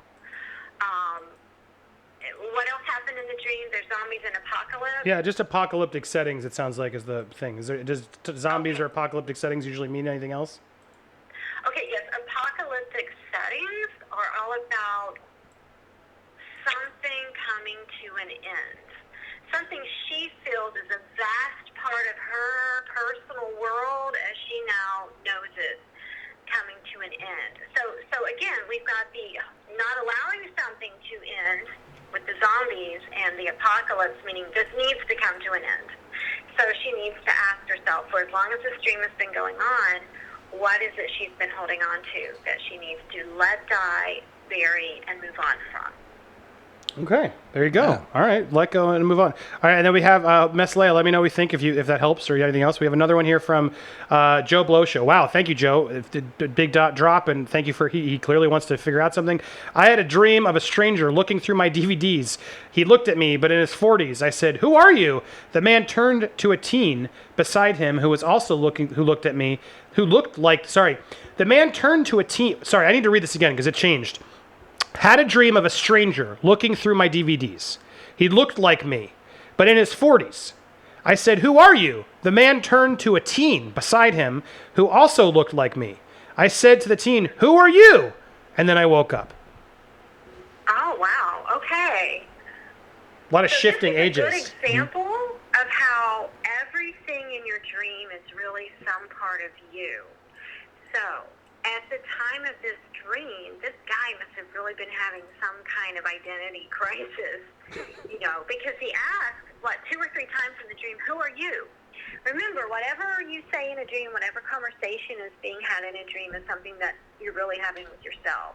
So he's asking himself for some reason, "Who are you?" Maybe he was unhappy in his career or his relationship or where he is in life. And through the dream, he's saying, "Okay, who am I? What is my purpose?" And he's also looking through his DVDs. I'm guessing movie DVDs? Yeah, he's a movie fanatic if he's watching me. Okay. So in that case, our favorite movies reflect who we are. So I would say ask yourself, what is your very favorite movie? Joe Blow, what's your very favorite movie? He's also saying, yes, this is absolutely real. Okay, so what's your very favorite movie, and what is it about that movie you identify with that you love the most, that speaks to you the most? That's where you're going to find your answer as far as who you are and what you're meant to be. And wow. So his favorite movie is who is meant to be right now. So I'm very curious, Joe Blow. Speak up. What's your favorite movie? Have Laurie respond. All right, and then Miss Leah responded. My brother killed himself, and I have a lot of unresolved issues. It makes sense. So sorry to hear that. And yeah, hopefully this gives you some insight there. Thank you for the support. And then I had one more here that said, while I wait for Joe Blow to respond on his movie, 8-Bit Shinobi, thank you. I have dreams that I'm trying to fly, but I can never make it to the sky, and I fall. Oh, okay. So kind of the opposite of your dreams. Okay, so the flying dream will happen when we're either feeling really good about what's going on in our life, when we're reaching our high goals we've set for ourselves, or when we're trying to break free from something that's been weighing us down and feeling really heavy on us. So this dreamer keeps being pulled back down. So ask yourself, what is it you keep trying to rise above? What level are you trying to reach, or what is it you're trying to break free from, but that you have not yet been successful at doing? Your dream is showing you do have the ability to break free, to rise above, because in the dream you do it. But something, and usually it's some kind of behavior of our own that keeps pulling us back. Pinpoint what that is, knock it off, believe in yourself, and then when you start making real progress, the dream will change or stop. Okay. All right. There, I hope that helped, man. And then Joe Blow, he said his favorite movie is Goodfellas. How do you, how does that help? Oh, isn't that interesting? Okay, so it could be the title of the movie. Are you just really trying to be a good guy in all that you do? Or a bad guy, depending on the movie. What is it? Yeah. What is it about that movie that, Ray Liotta was in it, right? And his character, he tried to be good despite all the crap and horrible people around him. So maybe that's it. Maybe he's dealing with a lot of negativity around him, and he keeps trying to do the right thing. Well, there you go. Adon, all right, thank you. Adon, did you have anything you wanted to ask? You want a short one or a little bit longer? Short one. Short one? Okay, short one. All right, I went back to an old martial art dojo that I used to go to where I trained in jiu-jitsu. And so happens my old instructor was there. The school's been closed down, and I don't know why he's there, but he's like, hey, good to see you. Let's come back and, we need to get you in shape. You got to get back in training.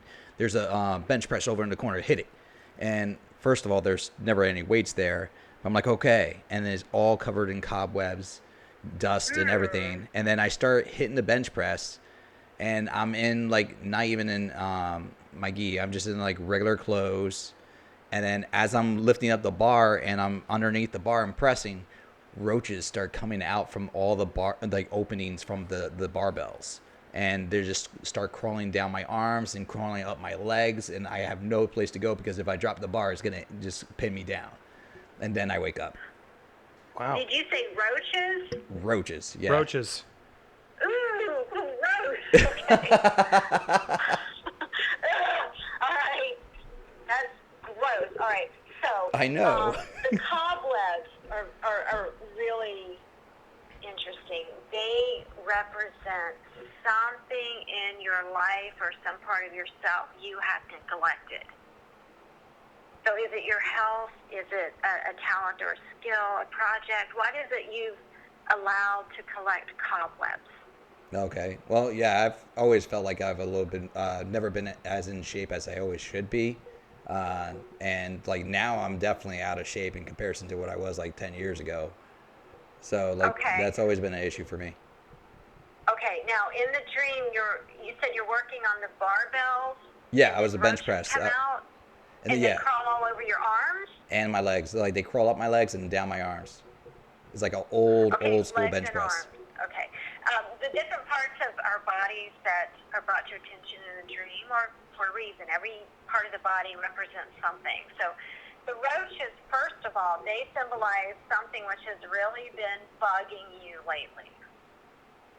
And they kind of come out and they go all over your body. So has your body, the shape of your body, your fitness level really been bugging you lately? Yeah, well, yeah. It has. I used to weigh 180, and I'm pushing 240. And I got as high as 265. So and I've got that way in the last year. So like my weight has fluctuated so much in the last few years. Yeah, that much in a year, I can understand would really start to get to you. So the dream is showing you've neglected it.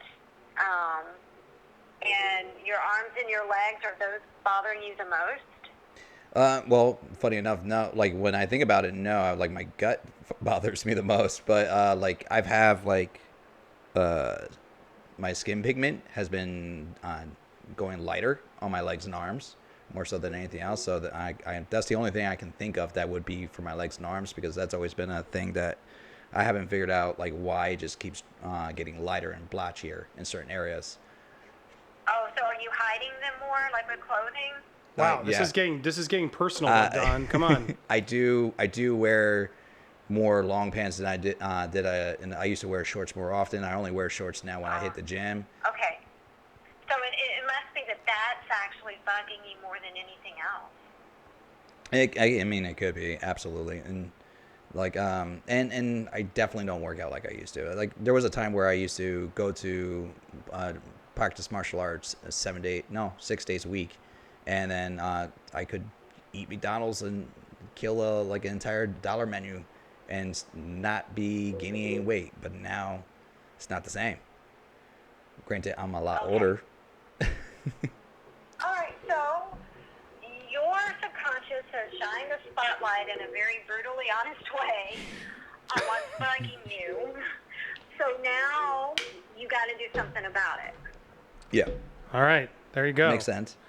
I'm just trying to cut it before it gets real serious for personally for Don. But there you go, Don and Lori. This is amazing. We have to do something else. Let's make a YouTube dream analysis show together. This is awesome. Yeah, I would love to do that. This is fascinating. My question? I was gonna say, like, how repetitive does it get for you? I get a lot of common dream themes that people ask me about, but the cool thing about it is that there's always something a little different about each dream I'm given, because each person has their own unique experience in life, and that colors the dream. So it actually never gets old. It's a renewable resource of entertainment. But I just mean, like, because I mentioned there's a lot of flying and then roaches. Do you end up hitting a lot of the same wells over and over again? A lot of sort of the same themes, but the real life issues behind the dreams are different. Well, because one last question, because I got to wrap up, and let's talk again, because I love it. Thank you so much. You're not too far from me, so we can plan something. But now, as I'm in older age, I just don't remember or have my dreams as much. And I don't know if anyone else can relate to this, but now I just turned 40, and I get bummed that I don't remember the dreams, or I'm just not getting enough sleep. I mean, do you have any advice for people like that? Yes, that's a common question I get asked a lot. I never dream. You do. Every single night you're dreaming, and you're actually dreaming every 90 minutes. So if you get a good 8 hours of sleep, you're going to get 5 or more dreams per night. Really? You're just not remembering them, but it's super easy to start remembering them again. And here's what you do. Whenever you wake up, whether it's in the middle of the night to go to the bathroom or you're waking up for good in the morning, all you have to do is stay put when you wake up. Do not move your body. Stay in the exact same position you woke up in, because that's the position your body was in when you were dreaming. If you move your body, you're basically unplugging yourself from the dream you were just in seconds ago. So you want to stay put, quiet your mind, give yourself like 3 to 5 minutes of quiet, still time. Don't think about anything. Stay in that quiet, still time and let the dream come back to you. And that is all it takes. And if you remember just like a song or an emotion, or just, I remember there was a dog, that's great. Write that down. And the more you do that, it's like working a muscle. The stronger your dream recall is going to get. And before you know it, you're going to start remembering all your dreams every night. Dream recall. That's what a cool term. Now, can I move to get my journal and write it while I'm still, or you're saying be still, then write it? Yeah, let it all come back to you. And then get your journal. Then write it down, or tell it in your phone. Make sure you do it right away, because if you wait, you're going to lose like 50% of it. So And the that's movement is the thing you already don't. done. Yeah, fascinating. So the Right. movement was really, so sit there when you wake up, sit still and be like, I'm awake. Think about the dream. What did I just do? Think about it for a couple of minutes. Get it more situated in your mind. Take it to the real mind, and then write it down. Guys, that's good advice, Lori. Thank you. That's really cool. I'm gonna try that. Nice. And Yeah, let's it do a. works, and that's all it takes. It's super easy. I love it. I'd love to thank you so much, guys. Go support Laura. You can go follow her on Twitter. Go tell her that you watched. Thank you so much for coming. I had a blast. Let's do this again sometime if you're down. I would love to. I had fun.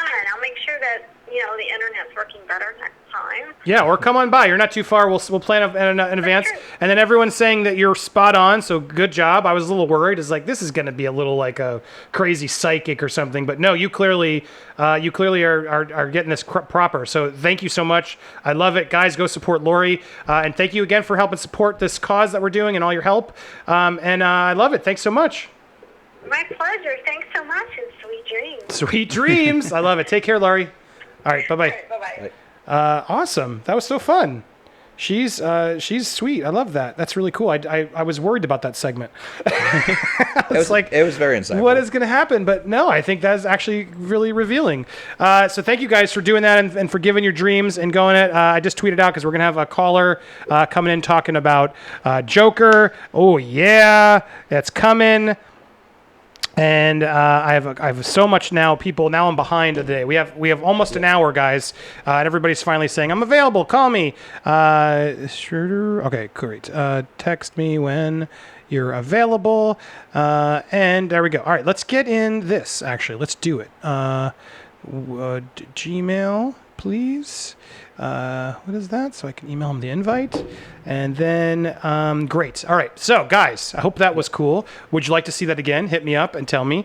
You can hit me up there to tell me your. Look how cool that goes. That's giving me a headache.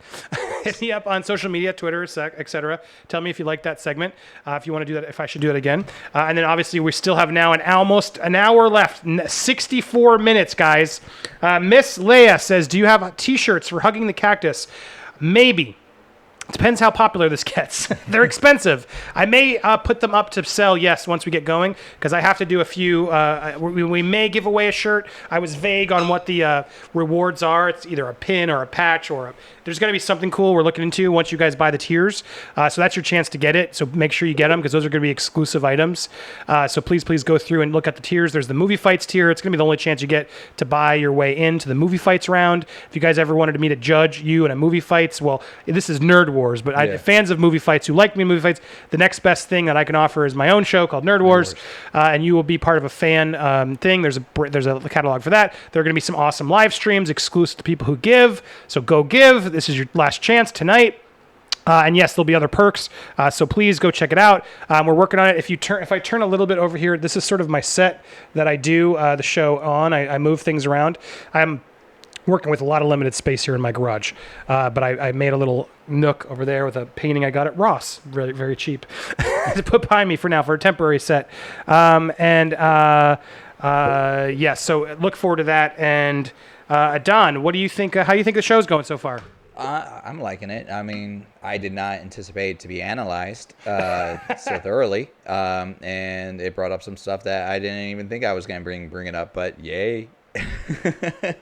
But So I'm liking the fact that you're getting a lot of support from people. So yeah, this has been great. Really Thank you guys. We're doing great. We're getting the please go support on Kickstarter. I wish I should be calling out some of these bids. There's a lot of people giving out on Kickstarter over this thing. Thank you guys. Lost Jedi, Scrap Metalhead, Daniel, Craig. Oh, Daniel, and that's two separate guys, Daniel and Craig. That wasn't Daniel Craig. Kevin, Will, Bobby, John, Chris, Sam, another Chris. That's been the past couple hours. I'm losing track. It's hard to tell who's it, but thank you guys if you're giving to the goal. We still have an hour left, so please give what you can. Let's get one more big sponsor. We'll check that total in a minute. But now I want to think about the Joker. Yeah, we were talking about that earlier. Yeah. What do you think the dreams of what do you think the Joker's dream analysis would be like? Well, I mean, it depends on which version of the Joker. I mean, like, if we're talking about, like, since we're talking about the movie, where it's, like, before he becomes full-on Joker, I want to say it's Stark, because, like, the one trailer shows him, like, he's like, I don't laugh, or it's like, it's not funny. or so he's trying to find a humor, but that's the it's just sad. It's really sad, and so I'm wondering like how dark his dreams could be, or like is it something that's just like the reflection of the world attacking him in his dreams? You know, that would be a great question for her. We should have. I'll have to have her back and analyze character dreams. Yes. Maybe after dreams the movie comes and out. Inception stuff. There's plenty of movie stuff we can do. All right, I'm lining up our caller who has seen Joker. Oh my God, I'm so excited. Let's see if we can get him on the line. Boom, boom, boom, boom, bump. Boom, boom, boom, boom, boom, boom, boom, bump. Boom, boom, boom, boom, bump. Boom, boom, boom, boom, bump. Boom, boom, boom, boom, bump. That's really annoying when they're not ready because I keep doing it. There we go. Oh, yes. All right. You're on. Do you hear me, Lewis? Do you hear me? Yes. It's working. I think I'm on. Technology. I think I'm on. You won't be able to see me, but can you hear me okay? Yeah. Let me turn you off here from right. YouTube. There we go. You've been watching. Here he is. What up, Lewis? Whoop. You left the chat. I think he turned me off and turned off the wrong thing. Of course. That's what happens when you're live. Let's see. He left. He'll come back. Let's try that again. And now we're going to call one more time because Lewis has seen Joker. I need a drink. I'm actually a little bit jealous that he's seen Joker. You want me to get you a drink? It's way, way far around. Oh, hey, my name is Eric. Thank you, Eric. That's so awesome of you. That's all you needed to give, and just spread it around. Thank you so much. It really means a lot. Eric, you're a good person. I appreciate it. All right, come on, Lewis. You're killing me, Smalls. There we go. Don't hang up again. I'm back. All right, I got you. Don't hang up again. I got you now. All right. Oh, there we go. That's the wrong thing. Yay! Let's lose that. There you go. All right, so now I'm going to push this up, push that away, push that out of the way. There you go. Lewis is on. And woo, we did it. All right, I got you on. Woo. You're on screen. You're on live with us. You're on the air. Lewis, let me put on my hat real quick so the people don't confuse me with your handsome co-host, all right? All right, there we go. Because we're both bald. There you know go. what I mean? I love it. Thank you, man. First of all, we are all so jealous of you right now. I don't understand why. Why did they do it so early? Do you know? I think they are really confident in this film. After watching it, that's definitely got to be it. They have the Oscar buzz for it. They got Joaquin Phoenix. They got Todd Phillips directing. It looks like no comic book movie I've ever seen. Well, hold on, because careful of spoilers. Obviously, thank you. I know you. No, I'm not going to spoil it. I'm not going to spoil it. You said something interesting. You're like, well, they got Todd Phillips. That's not something that had me excited. Was that something you were excited going? Because Todd Phillips has done the Hangover movies. He did Due Date. He did War Dogs. Todd Phillips has not proven himself to be a director at this level. So, did he prove himself in this film? Yeah, man. I mean, not everyone's going to be top notch every outing, but he does do dark comedy, right? In my opinion. And a lot of people that could do comedy could really pull from what I've seen, really pull on your emotions and stuff. So I think a lot of comedians have a real kind of dark side to them, right? They could make you feel happy. They could make you feel sad, angry, whatever, man. So I was hopeful about Tom Phillips. Todd Phillips, because I didn't mind him being on board as a director at all. Yeah, I mean, it's just weird because he hasn't done like some drama things. So everyone's talking Oscars. So, all right. So what, overall, people who haven't seen your review, give us the sort of quick log line. What do you think? You called it a masterpiece, right? Yes, my review's up on Nerd Report. I'm actually, I run Nuke the Fridge, but it's on Nerd Report on YouTube here. And I tried not to spoil it. I think it's a masterpiece. I love DC. I'm glad to see something, DC like being that good. It reminded me a lot of One Flew Over the Cuckoo's Nest meets Casino, if that makes sense at all. You know what I mean? So that was kind of the tone I got out of it. Meets Casino. Wow. Okay. Yeah, it's very old school. I think people are gonna like it if they give it a chance. I see a lot of people like it's kind of disappointing because you see a lot of people kind of like, oh, it's not part of my Marvel team or it's not part of this, and they wanna put the movie down before they've even seen it. There's even people bashing it because of the politics, and I mean, you haven't seen the movie yet. People haven't seen the movie yet, so how could you bash the film, so that's pretty much what I'm seeing right now. So I agree with that. Do you think? Yeah. What do you think this can win Oscars? What's your opinion? Is this Academy Award nominated Yeah, film? it definitely is. But I'd like to say also that I haven't seen every movie out this year, so that It's been a someone pretty that could shitty be, year. It hasn't been, but there's always someone that could pull something. There could be something made already that's just better than that. So I can't nominated. Yeah, winning, the year's not over. You never know. Somebody could just throw a haymaker, and there's a better film comes out. So would this be like, I don't know if this is like spoilery, but like, would you say Joaquin did the Joker justice in comparison to like Heath Ledger? Yeah. How do you compare the two? Go ahead, sorry. Okay, so I honestly think like you could love both, right? I love agree. Heath Ledger. I love Heath Ledger, and I sincerely think that without Heath Ledger's performance, the studio would not greenlight this type of Joker or take this character seriously. So I think he paved the way for the awesome Joker in Joaquin Phoenix. Right now, I gotta say that Joaquin Phoenix is my favorite Joker, and Heath Ledger was my favorite Joker. That's all I could say right now. But I mean, only time will tell. Because I mean, Dark Knight came out over 10 years ago, so that's the way I look at it right now. How is it? Can I make a prediction and tell me if I'm crazy? This movie is better in the way that if Heath Ledger just made a Joker movie, Dark Knight would have been better. Is what I'm trying to say.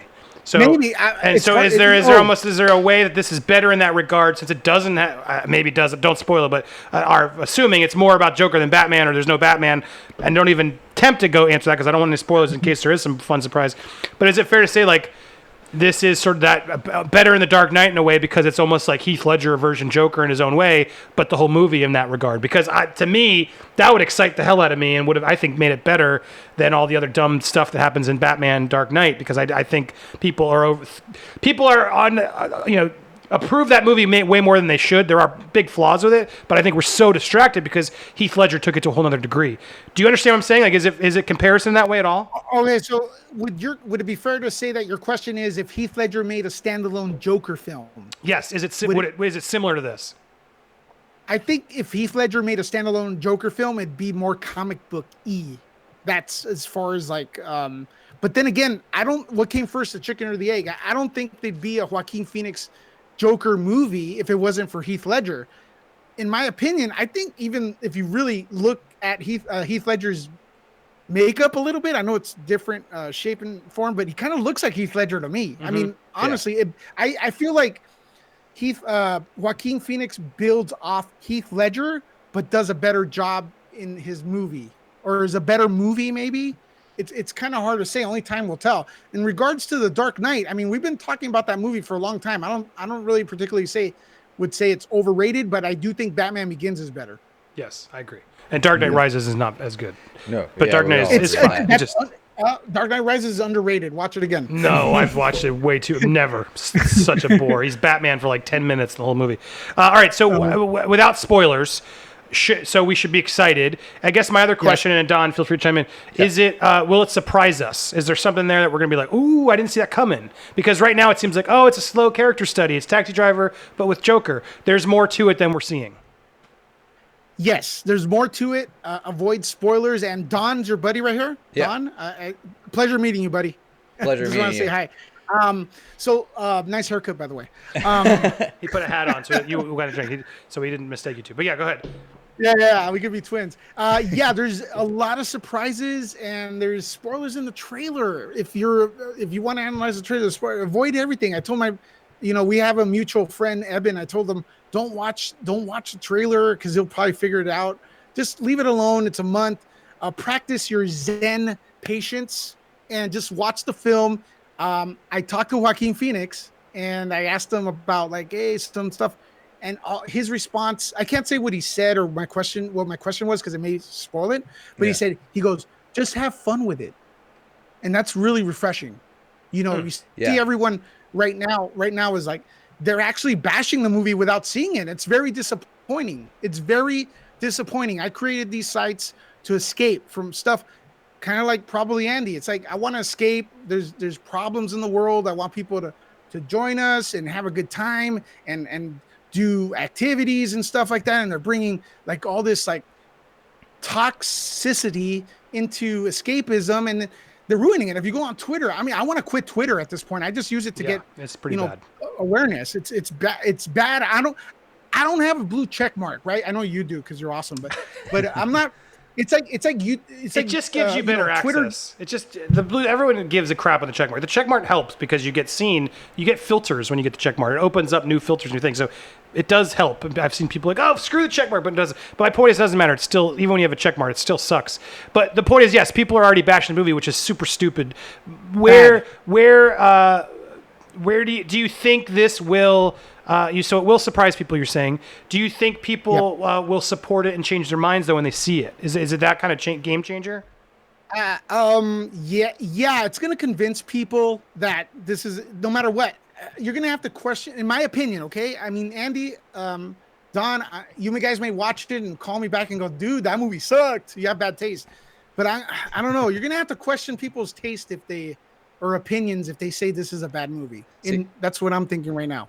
What I think it is like, and like you said, like there's a divide of people that are already criticizing it. And a lot of the people that I find that are criticizing it right now are like the diehard fans from the comics. And they're like, they hear that, oh, this is not based on anything in the comics, which I did see a little bit of the trailer. And I can see where some of it is what they're saying. And then at the same time, I'm like, no, there's roots somewhere. I'm gonna tell you right now that I don't even know. I'll give you guys the exclusive real quick. Todd Phillips said that he was misquoted about saying it has nothing to do with comics at all. So there you go. So it has that's what he said. So it has some. So because I think you talked about that in your review too. I watched it. It's not. It's about. It's not that there's not comic. It just. It does borrow some elements from comics, but he sort of still makes it his own. Exactly. Is what it feels like is actually happening. I treat it like this. The DC is known for doing Elseworlds is like their one-off shots, and from what I gather, this is what it is. It's like a one-off shot of how the Joker came to be, and which is great to me. I love that, But I've seen stuff where they can drop the ball like that, and that's where people have that fear. And I can understand that, but you're right. You got to give it a chance, and then once you watch it, then destroy it. Does it? I don't answer the question if it spoils things, and maybe it does. But does it open? Am I doing pretty good so far? Yeah, no, I think it's been fair. I hate when people. But does it open up a world where we want more of this Joker? I guess is the safest way to ask that question. Ooh. Look, this is my only thing. I think the franchise or our franchise needs to build up from this. It's gonna be. If they say right now, hey, it's just a standalone and we're never going to visit this again. It's going to be hard for me to think they can top this. You know what I mean? So when because I'm watching that reaction, your whole thing is like, are you fine with it if they ended with this? And you're like, you know what, ballsy. Yeah. But you're also like, you know what, there's enough there that I would be fine tapping this well again. Yeah, I want to go back to this world. I definitely do want to go back to this world. But hey, this movie's done. Nothing's going to stop it. I'm going to buy the Blu-ray. I'm going to buy the 4K or whatever it is. I'm going to watch it a million times, I think. We're going to be talking about it for years. And I'm 100% down with if it just stops, it stops. For example, look, the Star Wars saga right now. I don't have a problem with the new movies, but I call them fan films. It ended at Return of the Jedi for me. I think those are the real Star Wars movies. Yeah. Now, you know what I mean? No matter how bad the movies are, the new ones or whatever, it doesn't erase the greatness that was New Hope, Empire, and Return of the Jedi. So what do you say to the people, and again, careful, because part of me thinks, I wonder if Batman makes a cameo at the end or whatever the hell it is, and I don't even laugh or anything, but to the people who are saying here, I can't handle a Batman-less Joker. Do you have any comment without spoilers that sort of says, don't worry, it's still worth it, or anything you can do to help? I see that comment in the threads here to sort of ease any minds. Look, I don't want to say it. I just what I want to tell you guys is this. Okay, look, I want to be there opening day again for the first showing to just take in the crowd reaction of what the stuff that's going to go on in the film, whether it's with. Yeah. I don't know, Bizarro, Superman may show up. I don't know. I'm not going to tell you. Okay. But I just want I want to see people's reactions because I saw it with a theater with like around 15 people in it. Right. And people were like off the hook reacting to it. So I'm thinking if I go to the Chinese theater, for example, here in Hollywood, and there's 800 people in the house opening night for first showing, the heart attacks, man. You're gonna have to call the ambulance. All right, don't say any more because now my head's like, oh my god, it's gonna be this, it's gonna be that. But that's enough. I don't know what it is, but you've hyped me enough that I'm like, damn, all right, I'm in. Now I'm speculating, and I don't even want to say what I'm speculating because it might be right. But my whole point is like, I love that because that's exactly what I hoped it would be. Because I can tell like there's moments in the trailer, it's like, okay, this is slow, this is character study, but I'm okay with that. But then is there really more to it? But it sounds like there is. But then it sounds like there's also potentially a bigger sort of what? Oh, damn. And so, sold. I'm on board. I'm excited. Don, any final questions for Lewis before we go? Okay, so saying that, like, hypothetically, they don't do, like, a franchise or, like, try a spin-off, like, sequels, would you love to... Don, that's a spoiler, man. I'm not here to spoil it for you, man. No. I love it. I'm He knows. saying, That's why I had Lewis on it. I'm not asking for any spoiler. I'm just saying... I kind of did, too. I walked the line. Yeah. Would you like them to do... Listen, I'm pointing at the camera right now. As a friend, for the last 5 minutes right now, I will not do it to you. I want you to experience the movie like I did. If you hate someone, spoil the movie for them because they will not experience it correctly. Oh, absolutely. I want you to enjoy it. You're going to hate me right now because I'm not answering the question. But when you watch the movie, you're going to call me or tweet me or whatever it's going to be. You go, dude, thanks for not spoiling it, man. It was awesome. So, but what I mean is like the feel of the movie. No, that's what I'm talking about. Like you're still I'm talking about like other is, characters. Like, would you like to see other characters focused like that? You mean like a penguin version, a penguin origin, or like a? Could we do other because origin we always get stories? heroes, and just like we have other origin stories. Whether they choose sequels or make franchises, it doesn't matter if they're in the same universe or anything like that. But like just how they really focused on it. Yeah, and the question would be, I would love for them to make standalone films on the Penguin, for example. No matter what you think of Gotham, that Penguin was kind of cool. I felt bad for the actor. What's his name? Yeah, from Frozen, Tyler, the Snowman. That guy. Oh, wait, no. You're talking about from Gotham. I was talking about what's his name from Frozen who wants to play the Penguin. I was sort of on board for them too. But anyway, that guy was good. I would love to see. I think that character could work. I think Riddler could work. The only problem with the Riddler is like you'd have to write riddles, and I think like after a while, how many riddles could you write before they get kind of dumb? You know what I mean? After 10 riddles in a movie, it's like what?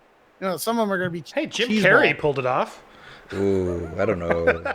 No, man. Is there like a villain? Like, are you up on your Batman or comic history? Like me? Yeah. Kind of old school. I actually work at a comic book convention called Frankenstein here in the City of Industry. And I when people say, and this is off the subject, when people go, hey, the movie wasn't like the comic, I go, what comic are you talking about? Exactly. All the comics are different. Do you want like a zombie Batman? I mean, I like the zombie Batman. Could we have that movie? All comics are different. So it goes back to also that I learned is if Todd Phillips wants to make a different kind of Joker movie, that's fine. It's like a comic. Comics are all different.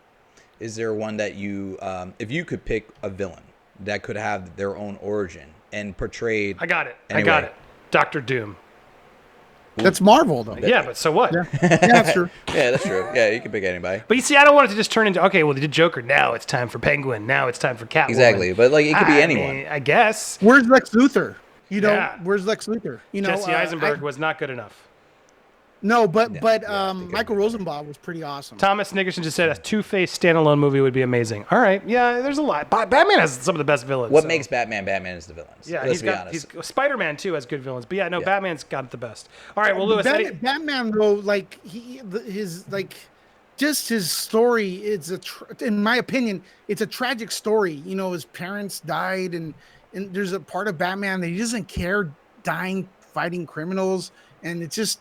I think Batman himself is just awesome, and is like Andy said, the villains in Batman are awesome as well. But I think you guys are gonna enjoy the movie. But hey, look, before I go, make sure to hit the support Andy's fundraiser here. You always come out with the great names, man. Hug the Cactus. Yeah, Hugging the Cactus. Thank you, brother.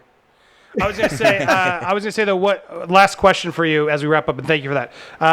Is it R-rated? Like everyone's all pumped for DC to finally made like an R-rated movie. How is it worthy? Are we gonna be excited? Are we gonna be like, oh damn, they went there?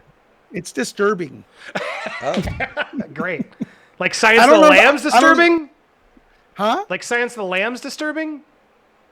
One Flew Over the Cuckoo's Nest disturbing. Yeah, but then I wouldn't call that R-rated, I guess. I'm just more for like gore, blood, like going with the violence. Like, does it give us a really gritty, gory thing, or it's just more of a psychological R?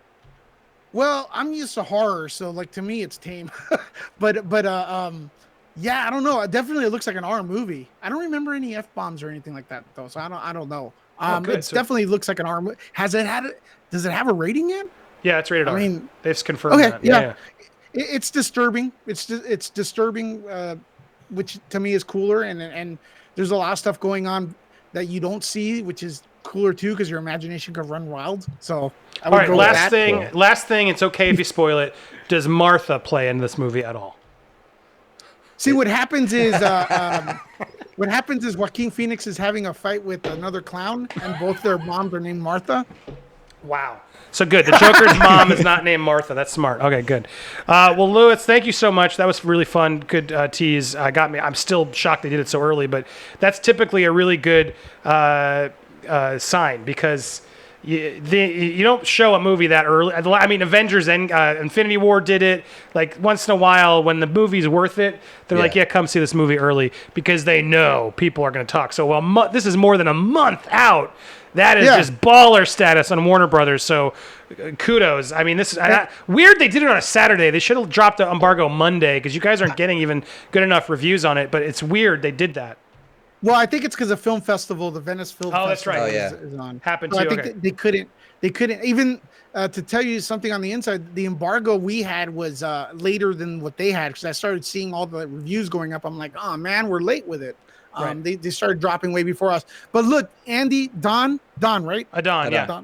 Adon. Yes. That's even better. Like Adonis. I wish. Listen, go in with low expectations. You can't fail with that. I mean, I know a lot of people are blowing hot smoke up the movie's butt, but it's always, lower your expectations and you always come out better. I mean, I loved it. I love the film, and I had high expectations, but if you can lower your expectations, stay away from spoilers, and watch Popcorn Planet and subscribe, baby. Boom! Absolutely. Let's get you back on, Lewis. I love it. It's so good to finally talk to you on here live. I'll do that. Check out this move, man. That always makes me think what you said was that Mad TV skit, lowered expectations. I wouldn't do that, man. Yes. Lewis, so good to have you. Thank you, man. Come back again. I'd love to come on yours. Let's do a cross collab. Oh, there it is. He's amazing. Awesome. Always good to talk to you. Thank you for the support. Lewis from, so wait, it's not Nuke the Fridge. What's the YouTube? Well, Nuke the Fridge is our website, but NukeTheFridge.com. But the YouTube is what? Nerd Report. Go over there. Nerd Report. I have my review up for the Joker, baby. Wow, Nerd Report. I'll put the link down in the comments, etc. Lewis, have a great day. Thank you so much for calling. Awesome. Boom. See you, buddy. Booyah. All right. Awesome. Awesome of him to call. Well, there you go. I knew people would want to talk Joker, so I got the scoop.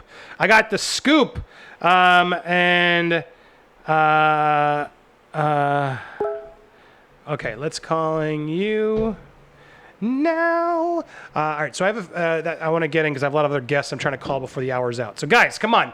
How was that? I gave you Joker spoilers. What is with this? I need some more cactus donors. No spoilers. Don, can you do it for me? There was no spoilers, but there was anticipations. But yes, we need cactus donors because a cactus needs to grow, and you have to feed it.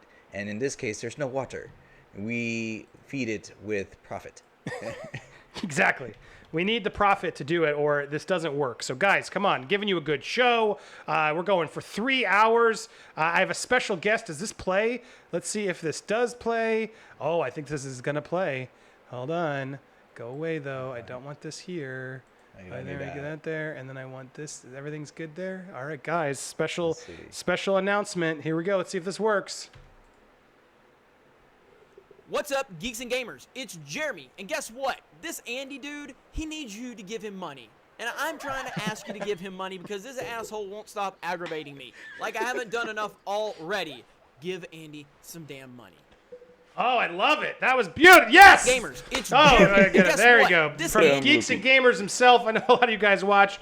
Jeremy, you're the best. Thank you so much. People are mean on that guy because he calls people trash, garbage, SJWs, and he's a good guy. I talked to him directly. Do I always agree with what he says? No, but you can have a civil conversation with the man, and I respect that. So I'm looking forward to learning more, talking to him more. So all the Geeks and Gamers crew who watches, thank you for the support that you come in here. Thank you to Jeremy. I'm a fan. And I look forward to having more fights and fun discussions with him. But awesome for him to tape a little message, little surprise there. I have another surprise that I'm going to go to. Don, while I'm cutting to the wide, let me get this up before people see my information. Oh, I have this. This is not supposed to be the Lori one. Oh, that's good. Let's put this up here. Cactus there. Great. Sweet. And now I got another caller coming in. Guys, here this comes. Don, what's been your favorite part of the show so far? Listen, everything's been great. Like I did not. He doesn't tell me who his guests are, so everything has been a surprise for me, as it has been a surprise for you. So I loved having the epic voice guy. That was fantastic. I was a fan of the show when it first started, so that was excellent hearing him come in. The dream analysis, that really dug deep in me. So I'm glad I didn't go with the long dream, because that probably would have finished the show. Thank you. Yes, you asked, and I was like, "Cool. Thank you for being that subtler." Okay, here we go, guys. I have someone you unexpected here. Look, this has been such a pro fest. People have been so on my side. I thought it would be only fair if I brought in someone who is not a fan. Oh, how do you think? All right. I mean, you love the discussion. Yes, I want civil discourse. You need the other side. So I want civil discourse. So I thought, let's see what happens if I bring someone from the other side, someone who is not a fan. And I'm going to call them up right now to see how this goes. Andy is now the woke alpha male of movie news. Thank you, Park. Oh my God, guys! Oh crap, guys! This is holy moly. There it is. I have it right. Guys, social justice Jesse is here, everybody. Oh my God. Okay, so I want to say something. Excuse me. I'm not going to apologize for losing my voice, all right? I'm not going to apologize for anything, so sorry, not sorry. Like, I'm in a hotel room right now, so sorry, not sorry for my background. I needed to make this call because I have things to say. I lost my voice today stressing about this call because, like, even being, like, this close to Andy Signore, oh my God. Is like, I can feel the toxic masculinity, all right? So, like, I am personally assaulted by you because I have laryngitis now because of your toxic masculinity. Oh, okay? Come on, Jesse. Really? Yes, really. Like, it's real, okay? And, like, I get that you, like, brought your black friend with you to try to, like, give you points and make you seem reasonable, but I bet he's straight, okay?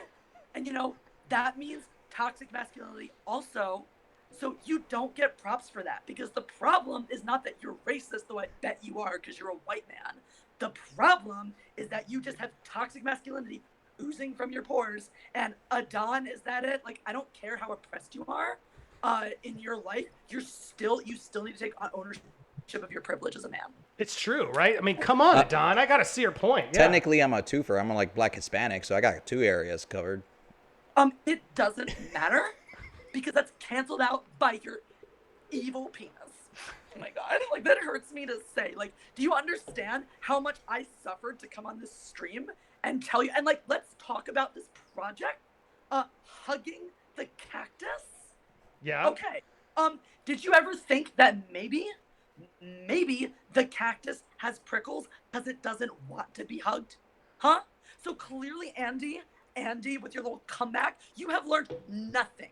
You have learned absolutely zero, and you should stay canceled because you need consent to hug that cactus, and it clearly does not want to be hugged. Okay? Are you saying I'm assaulting this cactus? That's I'm saying that you are taking sexual advantage of that cactus. You are raping that cactus, Andy. And I'm not afraid to say that. I'm sorry. Oh my God. I should have given a trigger warning before I said rape. So I'm so sorry. Trigger warning. I'm saying the word rape. So if, like, that triggers you, like, I'm really sorry. Like, I feel really personally upset. Like, if you're offended, and, like, if you need a safe space, I understand. Like, Andy doesn't deserve your views anyway. So if you need to go to your safe space because I triggered you, oh my God, I'm so sorry. I'm just so worked up. Like, I totally forgot to give a trigger warning. Oh my God, I'm a horrible person. This is what happens when you engage with toxic masculinity. Okay, it rubs off on you. I'm sorry. What do you want me to say? You're sorry. I'm literally shaking. Like, I'm literally shaking right now. I can see that. Yeah, like, your sorry doesn't begin to cut it. Don't mansplain to me, Andy. Well, don't you mansplain to me. Listen, Jesse, I'm not even trying to cut you off. I'm sorry. I'm just like, what can I do? What can I do to bridge this gap? What do I do to earn your forgiveness? How do I get redemption, Jesse? Like, maybe you just shouldn't have been a man in the first place. There is no redemption, Andy. You own your actions forever. Like, if you said some messed up stuff as a baby, you need to take ownership for all of that right now. And you should probably just, like, take yourself out of society. You want my forgiveness? Go somewhere where no one can ever see or hear from you again. We need just, like, a little island of men, like a floating trash heap in the middle of the ocean where you guys can all just be toxic together. I mean, okay, so should I just stop the stream? Is that what you want me to do? Shut it down right now. That's like the only way you can make amends to womankind, and you like owe every woman on the planet reparations. So unless you're gonna like pay reparations to every woman on the planet, yeah. How much represent? What does that cost? How much would that be?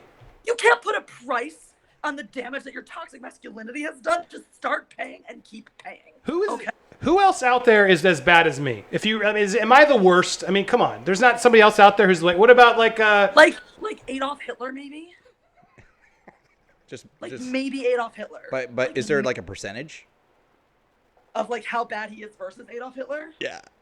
I would say like Adolf Hitler is like 2% worse than Andy. Wow, that's hard. That's harsh. It's real though. I mean, like Andy is a white man, so he's like literally a Nazi already. So like, what's the difference? So all right. So I can't clearly afford these reparations, and I need to just cancel the stream. You don't think I'm doing any good with this hugging the cactus? I mean, it's not even just Me Too stuff. Literally raping the cactus, and you're like being really insensitive. Like, maybe the cactus doesn't even identify as a cactus, all right? It's like really hard to be a succulent in the desert. So like maybe that cactus identifies as a weeping willow that needs water to thrive and survive, okay? And maybe you're just being really offensive to its true self. What do you think about Pro Jared? People in the comments want to know. Do you have any thoughts on Pro Jared? It sounds like a man's name, so I don't know anything about it because it's a man. No man. Okay, well there you go. Well, I appreciate it, Jesse. I'm gonna, I guess, sign off this podcast. I appreciate you educating me. Sorry. Did you want to say something? I just wanted to say good. And I just want to tell all the wonderful people of your live stream to press your like button because that's how we do it on Mindless Entertainment. Ladies and gentlemen, Jesse from Mindless Entertainment. Bravo! Everyone keeps asking, is she real? Is this for real? Guys, it's called satire. It's amazing. Jesse, I love it. Thank you so much for coming and doing everything. So funny. You made a video that was just like, Andy's guilty. And I'll be honest, I clicked it because I wasn't familiar. And I watched it and I was like, oh, geez, what did I do wrong? And I watched the video and it took me about 30 seconds. And I was like, oh my God, this girl's genius. I was like, this person this is brilliant. Like, what an amazing way to sort of just take it to this next level. And it just, bravo. And thank you so much for joining. I'm so glad we could collab and do this. And whatever you need in the future, if I can ever do something funny with you, I'm so honored. But tell people who don't know, tell them about, who are you really? So Mindless Entertainment is my yelling project. And it started a few years ago. Where actually the concept started in college because I went to college, Bennington College in Southern Vermont, which is a tiny, tiny school, tiny liberal arts college, emphasis on tiny, emphasis on liberal, emphasis on arts. And it was one of the birthplaces of the social justice movement. And I was there back when social justice warriors were unironically calling themselves social justice warriors. And I went there as a very, very liberal person. And I sat amongst these people and I said, you guys you believe the same things I believe, but you're doing it wrong. And thus the idea of Meant to Offend was born, which was based on Juvenalian satire, which is like, this is the highbrow shit people don't think about when they think about my channel. They're like, Jesse just yells and is funny. I'm like, this actually is based in Juvenalian satire. It was he was the guy who invented the style of satire that people like Jonathan Swift did, who did Gulliver's Travels, who did my favorite, A Modest Proposal, and just this biting social commentary. Juvenal was very rant-style humor. He does one about women that I would like to update, and the new title would, of course, be Bitches, because that, I think, is, if that term existed in ancient Rome, is the term Juvenal would have wanted to use. So Meant to Offend was born with the concept of let's say the things you're not supposed to say. Let's speak directly here. Let's address the topics that are taboo. Let's say the words you're not allowed to say because people get offended. Let's stop worrying about people being offended and start worrying more about the conversations we need to be having about social change, about moving forwards as a country and people getting along and learning how to reach across the aisle and saying, just because you disagree, that doesn't make you the devil. That doesn't make you a Nazi. That doesn't make you the new Hitler. That doesn't make you evil and whatever. And then, so I started to really buckle down and want to pursue this at the exact same time The Last Jedi came out. And wow. I have some feelings about that movie.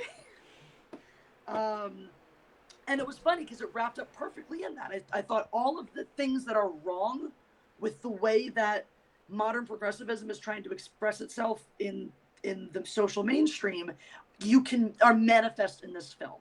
From things like your female hero that we're supposed to love has literally no agency. She spends an entire film following two different men around, asking them to show her her place. And I'm supposed to digest this as feminism? Are you kidding me? You had Princess Leia ordering Han Solo around back in the 70s, and no one complained about that. Everyone was like, yeah, she's a BA. We love her. Yeah, it's such a good point. Yeah, and then you have things like, oh, hooray, we made a black stormtrooper. There's a black lead in Star Wars. He's literally a janitor. He does nothing. It's so frustrating. Black character at the hired help. Yeah, and then when at least J.J. Abrams was going to put him in a relationship with a white woman, Ryan Johnson bitched out of that one. They're like, no, we'll give him an Asian woman. Yes. No, we're not ready for this. Well, no, it looks like they're giving him and then they're giving him a black woman in the third one. Every movie, they give him a new person. A new race. Yeah, a new race. Can't have him actually, and he'll actually get to sleep with her. Because that's the thing. He could flirt with the white woman. He could kiss the Asian woman. He can only end up with another black woman because we can't have those races mixing. No. Which is hilarious to me because are you familiar with the channel World Class Bullshitters? Yes, I've heard of them. Yes, I need to be more familiarized, but yes. So the guy Jeff who runs that, he and I started dating this summer. And he's mixed race. His dad was part African American, part Native American, and whatnot. So I'm like, all right, my relationship is more progressive than Disney Star Wars. And I get lumped in with a niche where people are like, you're racist. I'm like, yeah, I'm so racist. I'm dating a man of color. I'm so sexist. I myself. That's what makes you so fresh because you're doing something that's just like, I love it because you are centered. You are, and I connect to that really greatly because you challenge both sides. And to me, that's how we all need to be. And you're open and you're talking and you can satirize the things that you might believe in. And it's like, that's just so brilliant. So, dude, I'm such a fan. I love it. Thank you so much for coming and doing this. I will support and do anything you need. You got a new friend. Let me know how we can do this. I'd love to have you come back and do a more of a in-depth, join us in a conversation about something because you're beyond the satire. You have some really good takes because I'm with you that the whole Finn thing, I rewatched Last Jedi to try and like get up for the Rise of Skywalker trail. And I watched it again and he's so wasted. And then on top of it, Poe is a war criminal who murders everyone and just cocky jerk. It's like, why do we root for anybody? And then Rey, it's like, oh, it's so maddening. How did they mess it up so much? I know. You're like, oh, Kylo Ren is now, we're supposed to feel bad for him. Oh, because Kylo Ren's a white man. So it's like you guys are here preaching. All of the disciples of The Last Jedi are running around telling you all how evil the white man is. And yet they want the literal evil white man to get the girl. How is reality? He literally wears robes the entire time, too. Oh my God. My thing about the fact that Marvel's recasting, doing the female Thor, is that they're once again using a tiny, petite, brunette woman who's not representative of badass women who can actually kick ass in real life the way that the Mandalorian cast, Gina, I keep forgetting her last name, the actual MMA fighter. Yeah, Gina Carino. Yeah, Gina Carino is going to be in the Mandalorian. That's a badass woman right there. Well, then they did Brienne of Tarth as Phasma, and they just throw her down a garbage shaft. Because for all of the preaching... Wait a second. That, like, you hate women because you don't want Lady Thor. I'm like, my complaint is literally that there's not enough diversity in your female actresses. How does that make me a woman hater? My head hurts. Well, social Jesse and real Jesse are beginning to meld. But I was going to say, what's funny to me is the fact that Finn, they like gave her that moment where like, Finn's going to beat Phasma. It's like, that made no friggin' sense. Like, Phasma should have kicked his assassin. The whole scene with Rose and Finn while they're on the ship. The whole subplot, that whole B plot goes nowhere. It's completely useless. And instead of being useless, it murdered people. Also, that's literally diversity corner. Let's take the black guy, the Asian woman, and send them off to meet the Hispanic guy off somewhere else, somewhere that has nothing to do with the plot. Your narrative is broken. Oh, I love it. Dude, Jesse, bravo. I love it. Your fans love you. I'm in it. Let's do this again as quickly as we can. Thank you so much for supporting Hugging the Cactus. I'm assaulting that cactus. That really made me laugh, but I muted my audio so people could buy the joke. You can assault the hell out of that cactus. I hope people assault your like button all night long. But to end seriously, because this is for a good cause, do you obviously see the effects of cancel culture? Like, do you have any feelings on it or thoughts to part ways sort of on a civil, nice, smart way? I watched Chappelle's latest special where he talks a lot about this kind of thing that's happening, and I wasn't super impressed with the comedy necessarily, but what he said about Kevin Hart really stung me, because you're talking about a black man who busted his ass to become a comedian in a time when comedy wasn't and still isn't an even playing field. And Kevin Hart worked his ass off to be this relatable, funny, one of the most powerhouse, highest earning comedians of all time. And his dream was to host the Oscars. His dream. And because of some dumb joke he made on a tweet 10 years ago, that dream was taken away from him.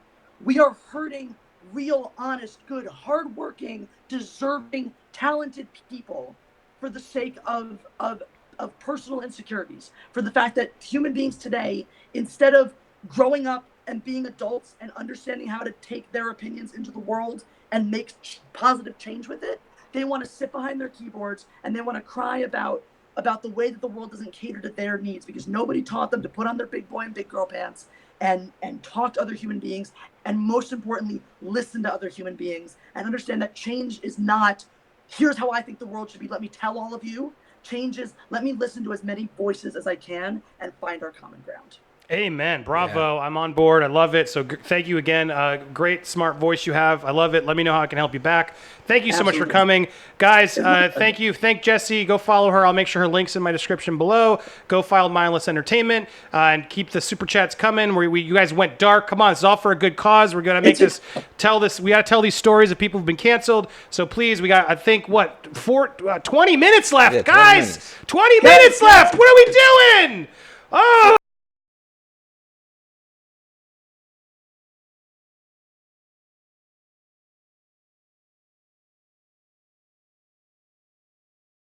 Sorry, go ahead. I was playing UHF clip. Go ahead. This is the last minute. Go ahead. Social Justice Wednesday every Wednesday on my channel. People love it so much. Someone sent me a blue wig. And if you want to find out how Disney Star Wars hates the rainforest, tune in this Wednesday. Oh, dude, nice. And let me know if I can come on and play heel on that at some point for you. That would be so fun. Oh, I will just show up and I'll play like come on. I'll see if I can play a fun character. But Jesse, thank you so much for coming. That was so fun. Come back anytime. And if we can do any videos for you, let me know. Jesse, everybody from Mindless Entertainment, bravo! Thank you. So beautiful. Thank you for staying up late with us. Awesome. I will be in touch, and you're the best. See ya. Bye, Andy. Bye. Awesome. That was very fun. All right, guys, 20 minutes. 20 minutes! This is crazy. The super chats have stopped. I mean, I'm delivering you some major show. Done. Ask for some more money. Listen, we need money now. For just $1 at a moment. Doesn't have to be a day. Just this one moment. You could also contribute to Hugging the Cactus. That's the best voice I got right now. It was good. But yeah, seriously, like, I have a little bit of insight on this. He has a lot of good plans, a lot of goals that he wants to achieve with this. This is something that is going to be good, and I have utter confidence in it. And in regards to it, and I see we already got another super chat just chimed in, actually. Oh, there we go. Nice. Lost Jedi, thank you. As I'm sorry, I went dark to let Don talk, but I'm waiting for this. Don't worry, I'm watching. He's watching it happen as I get the next caller in. But it's fine to vote with one's wallet. I stopped watching dozens of shows because of their in-your-face politics. I don't boycott advertisers or partners. I quietly find something else to buy and watch. Fantastic. I appreciate it. Thank you for that support. Lost Jedi, you're a gentleman and a scholar, or a lady, sorry. Can't assume that. And then Lost Jedi said, double, thank you. I canceled Screen Junkies because of their public hand wringing. Was a cowardly act of self-preservation in a culture of guilt by association. Working with someone, endorsing everything they've ever done. I don't know if he's going to keep going, but man, thank you, Lost Jedi. That means a lot. Yeah. I look at it this way, like you're contributing to something to view something that you want to see. You're doing it for like any other major subscription service, like Netflix, Amazon, all that. So you're actually contributing to produce products that you want to see and enjoy. So it's kind of on the same page. And we got some more. Oh, wow. Here we go. Rewired Soul. I was just about to call you out because I realized I lost you in that thing. But the Rewired Soul. As a YouTuber, I'm canceled earlier this year and wrote an ebook on it. I DM'd you on Twitter. I would love to help with this project. Yes, I was sorry. And I have you put up here. I was running out of time, but I'm sorry I forgot. And then you fell out there. But I'm trying to find your first name. But I did look you up. I see you here. I got you on my Twitter. I saw the DM. I've just been slammed. But I liked what you were doing. So thank you for that, Rewired Soul. You got the plug. I will be in touch. Keep hitting me up on that DM. Let's talk because I like what you're doing and I want to learn more. So I appreciate you coming by to support. And thank you for re-pinging there. And I'm sorry I lost you earlier. Adam Paul Stone. Hey, friend. Happy for you. Thank you, Adam. That really means a lot. I have two other potential guests that I've been just trying to queue up. Here we go. There it is. Let me go to the wide so we can end up. I have one more. Two. I had a couple, but I lost them just because timing and I stayed a little longer with Jesse, and I was late with somebody else, but it was all worth it because this was fun. That was Jesse hilarious. was hilarious. Let's see if this works. Sent you the invite, and that's how it works on a. Does somebody out there know how to do Discord? If anybody out there knows Discord and wants to help me, come on by because I want to learn how my Discord chat and I will do it. Melody Blue, here's to your success. I saw you on Rookie Law. I look forward to seeing more content. Awesome, guys. Thank you. Now stuff's piling in because we got 15 minutes. 15 minutes. I wish I had a little countdown clock. But thank you, guys. Anything you send through the Super Chat or on Hugging the Cactus at Uncanceled, the link is right there. All goes to the same cause. Okay, great. What did you get? My invite. Okay, I sent the invite. It didn't work. Hello, sorry. Don, what was your favorite part so far? She stole it from me. Like I was in stitches laughing over here. I'm sorry I couldn't be both black and gay to cover your bases there, but I thought I could cover it with being Hispanic too, but nope, apparently not. She's on fire. No, she's great. Sending that. Invite sent. Okay, that one went. Invite sent to that person. Let me try one more time on this person. Make sure that's not on the TV. No, we got me apparently texting on my phone, and and then you try and type. But let's see here. Matter of fact, let me go back on here. See if anybody else. Is this part of the appeal? Someone's just getting a drink or something? Yes. Okay, there we go. Invite sent. Shannon says she knows Discord chat. Oh, good. Shannon, come talk to me in person. Yeah, anybody she'll else in the chats are saying something? All right, I think I got it. There we go. Bump, bump, bump. I got a buddy, a friend, someone I like. I don't know if you guys know who this is. You better, because if you don't, you're gonna. All right, here we are. It's time to go to the corner. Your video's off. Your video is off. Is your video on or just your audio? I think it's just the audio right now. Oh, there we got him. You're live. Everybody, it's Jody from Jody's Corner. What? Oh, shoot. Am I in? You're in, man. Through? You can't see me, but you can hear me, yeah? I can hear you now, yeah. Love it. All right, Jody's here. Guys, if you don't know... My shit ringing like crazy. There we go. There we go. Turn you down a bit. There, now I gotcha. Jody from Jody's Corner, my favorite. Man, we had such a good chat, man. I loved when you brought me on. I loved... for those who don't know, when I got taken out, due to matches of my own and stuff I didn't do. But Jody was tough, but your crew was tough on me. But you were one of the one voices in the room was like, you know what? We should wait and see what else happens, what else is said. And I appreciate that. And I had a couple friends, close friends who were big supporters of yours who said, you got to give Jody another shot because he's legit. You were a man to your word. You brought me back. You brought me on the show. We had a really good heart-to-heart, and I'm very grateful for all your support. And thank you for making some time tonight on a Saturday night to come talk live on our fundraiser as we gather some people. Man, they're getting cheap now on the Super Chat. Well, they just had a little bunch, but how do you do it, man? You got a hundo dropped on yours. Oh, man, they show a major love over there on Jody's corner, man. It's just time will tell. But where the Super Chats at over here, bro? Are you dry? What's going on? It's Hugging the Cactus, bro. Where the Super Chats at? What's going on? Thank you, man. Awesome. There we go. $2. Boom. Thanks for hearing my side of the story. All right, for sure. We'll take the Hey, we'll deuces, take the deuces.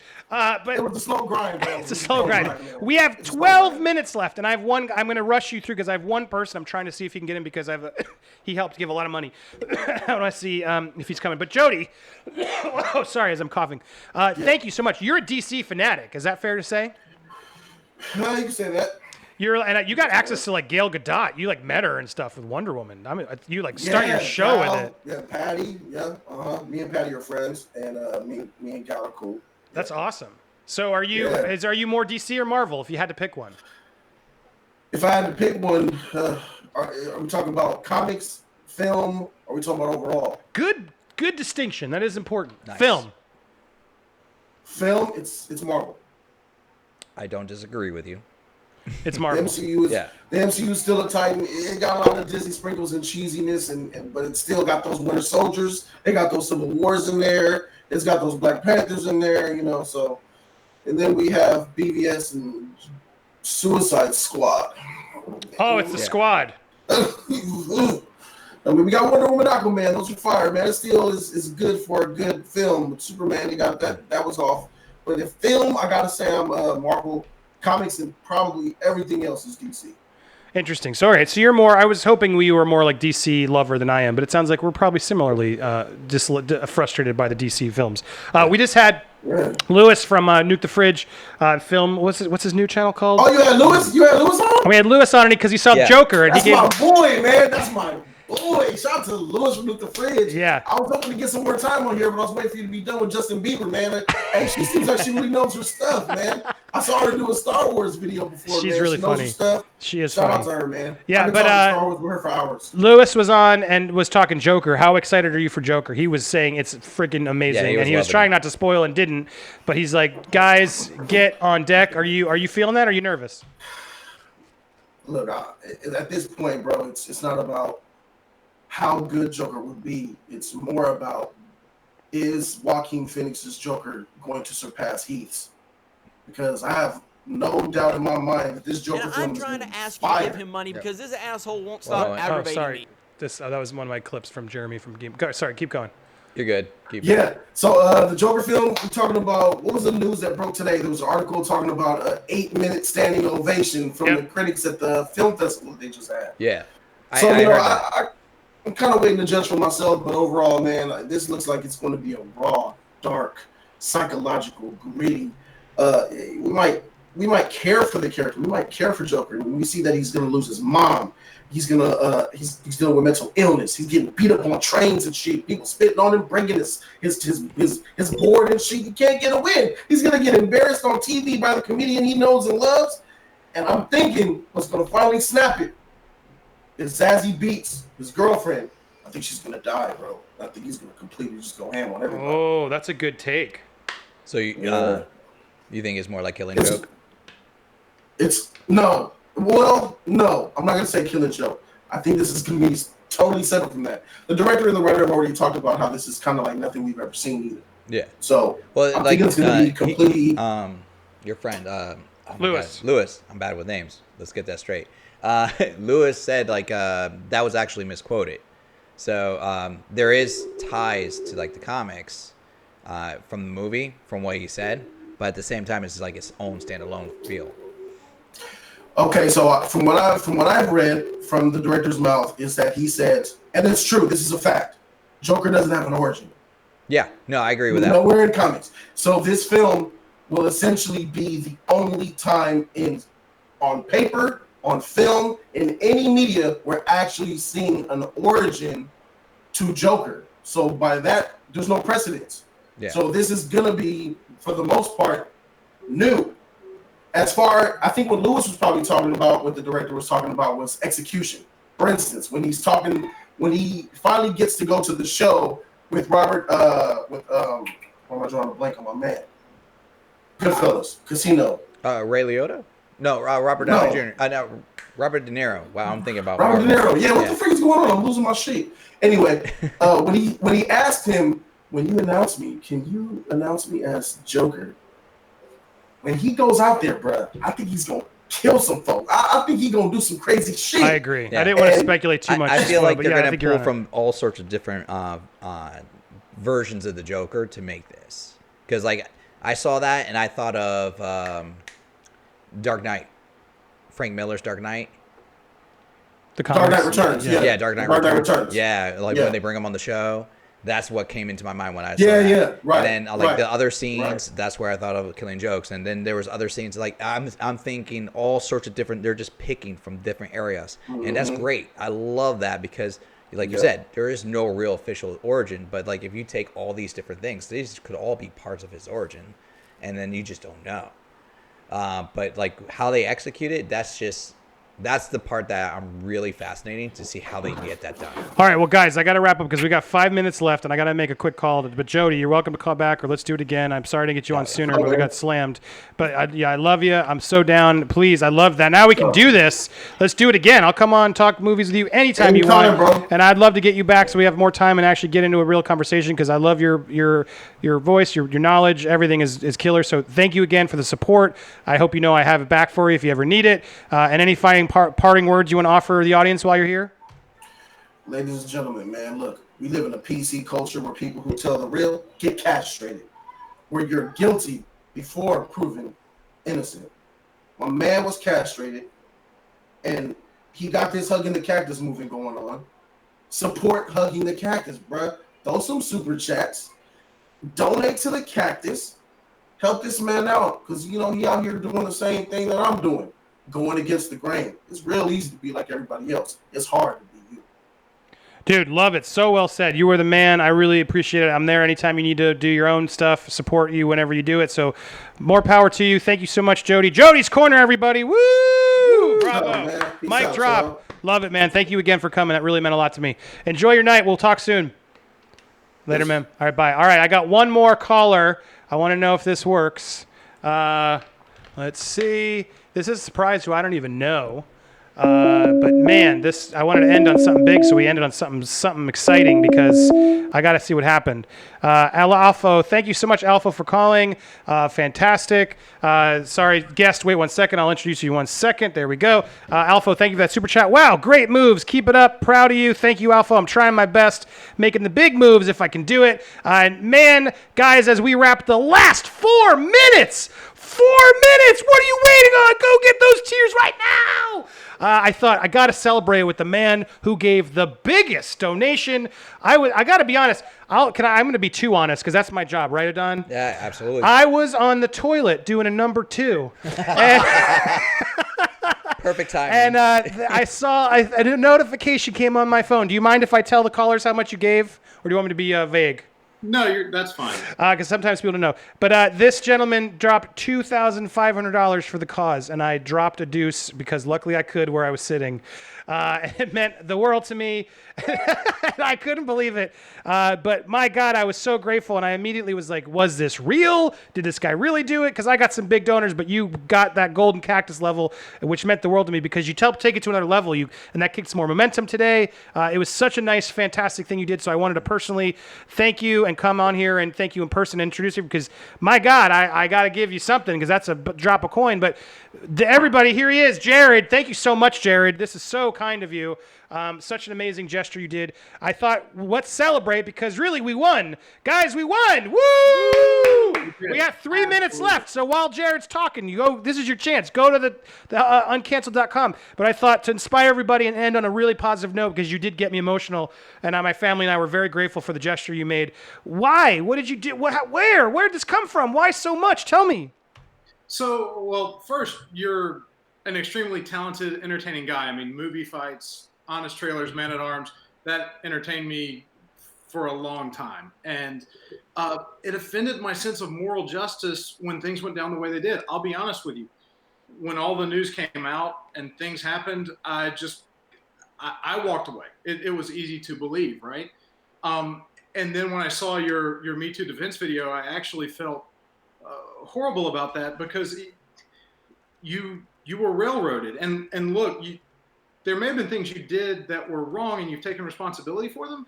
But dude, if that was the reason that that people weren't allowed to entertain anymore, LA would be a ghost town. So that should not be a reason for you to lose your livelihood and your voice and your entertaining.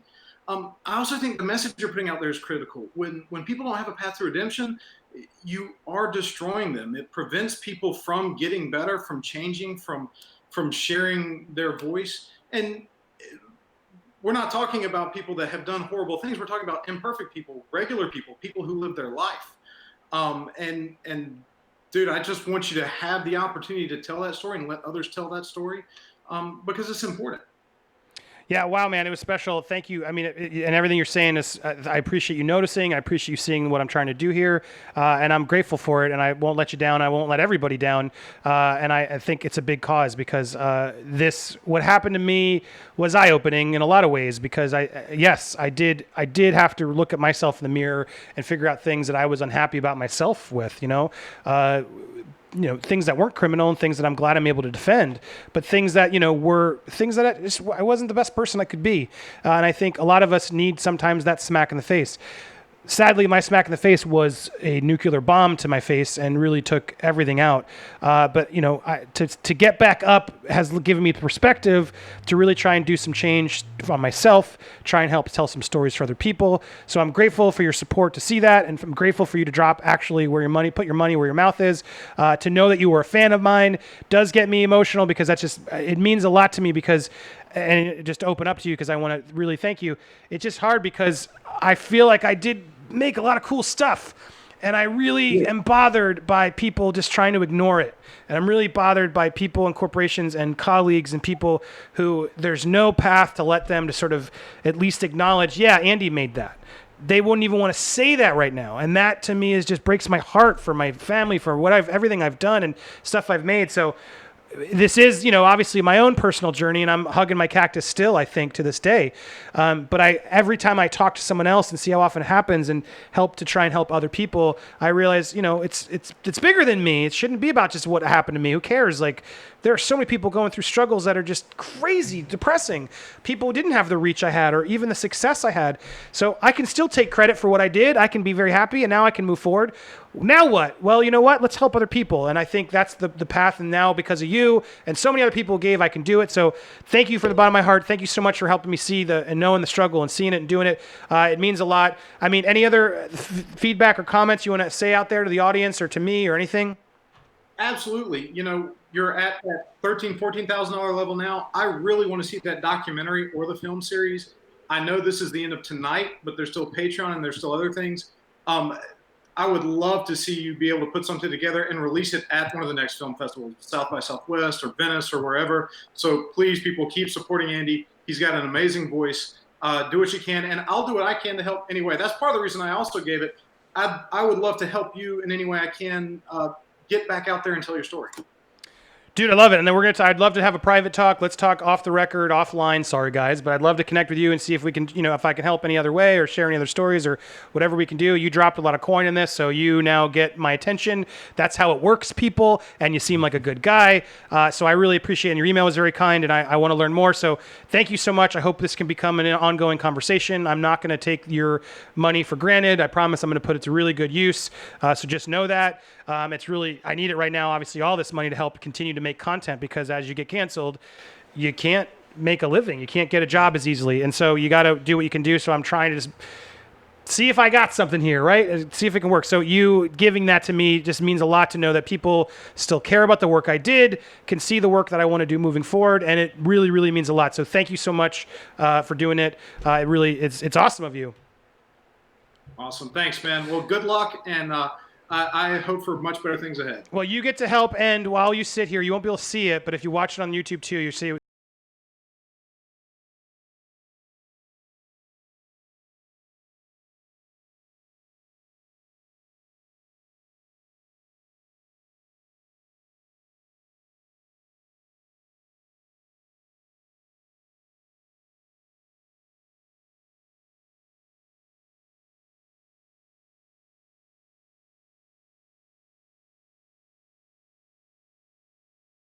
dream of mine. UHF, one of my favorite movies of all time. To be able to pull that clip on my own fundraiser and meet the goal.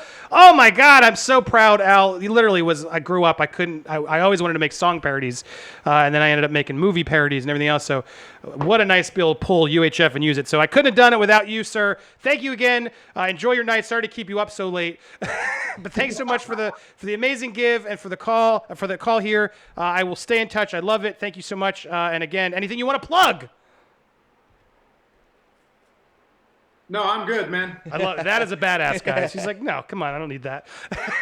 No, dude, thank you so much again. So wonderful talking to you. I look forward to talking to you more, Jared. Everybody, round of applause, Jared, for being a huge donor. Means the world. You are the best. Thank you for doing some good tonight. And I will be in touch and make sure we do some good, and you'll be involved and make sure you get some proper credit where we did. Even though I know you didn't even really, that's not what it's about for you. Still, I want to make sure you know you did something good. So thank you, Jared. Have an awesome night, and we will talk soon. Oh, he Take froze. care. All right. Thank you, man. Take it easy. Sorry about that. Yeah, no, I lost. We got some just delayed it. But anyway, Jared, thank you. You're the best. Have an awesome night, man. I love that painting too. It looks like Felix the cat or something. That's what I was thinking. Someone put it like it's like a high Sonic, but I'm like, no, that's Felix the cat. That is amazing. Well, there you go, guys. We did it. We did it. Ah! I'm so happy, guys. Where did we end up? Let's see what ended up happening. Oh, there it is. I should be on this. There was a few more super chats. There was a few more. We'll get to them. There was like a nice celebration thing. Here we go. We ended up with $13,323. Woo! Holy moly. That is incredible. 222 backers by the end of the day. That's far. I was worried there for a minute we weren't going to make the $10,000. No, I was like, we can make $10,000. There was a couple moments struggle, I remember man. talking to you about that, and you're like, I don't know if this is going to be a good, if this is going to happen. So guys, thank you. You can still give here. There's going to be a Patreon I'm setting up. It actually is in most of my videos. You can look me up at Andy Signore. If you want to actually support this channel, really, by dropping, $5 a month, it really does mean a lot. If I can get enough of those, I don't have to keep begging. That's the nicest thing. Then it's enough you can just sustain it that I'll give you exclusives and other stuff. So I'm getting there. That'll be the next thing I just throw out there a little bit more obvious, and I'll have some exclusives that'll make it worthy. But right now I can focus on this. I got some money to guarantee that we can put some energy, some budget to this. So I'm so excited. Thank you guys so much. That's going to do a lot of good for me right now, and we're gonna tell some stories. So stay tuned. What's next? I need another month to gather, but it was always supposed to give out by November was my goal to start unleashing some of this. And maybe a little sooner. We'll see.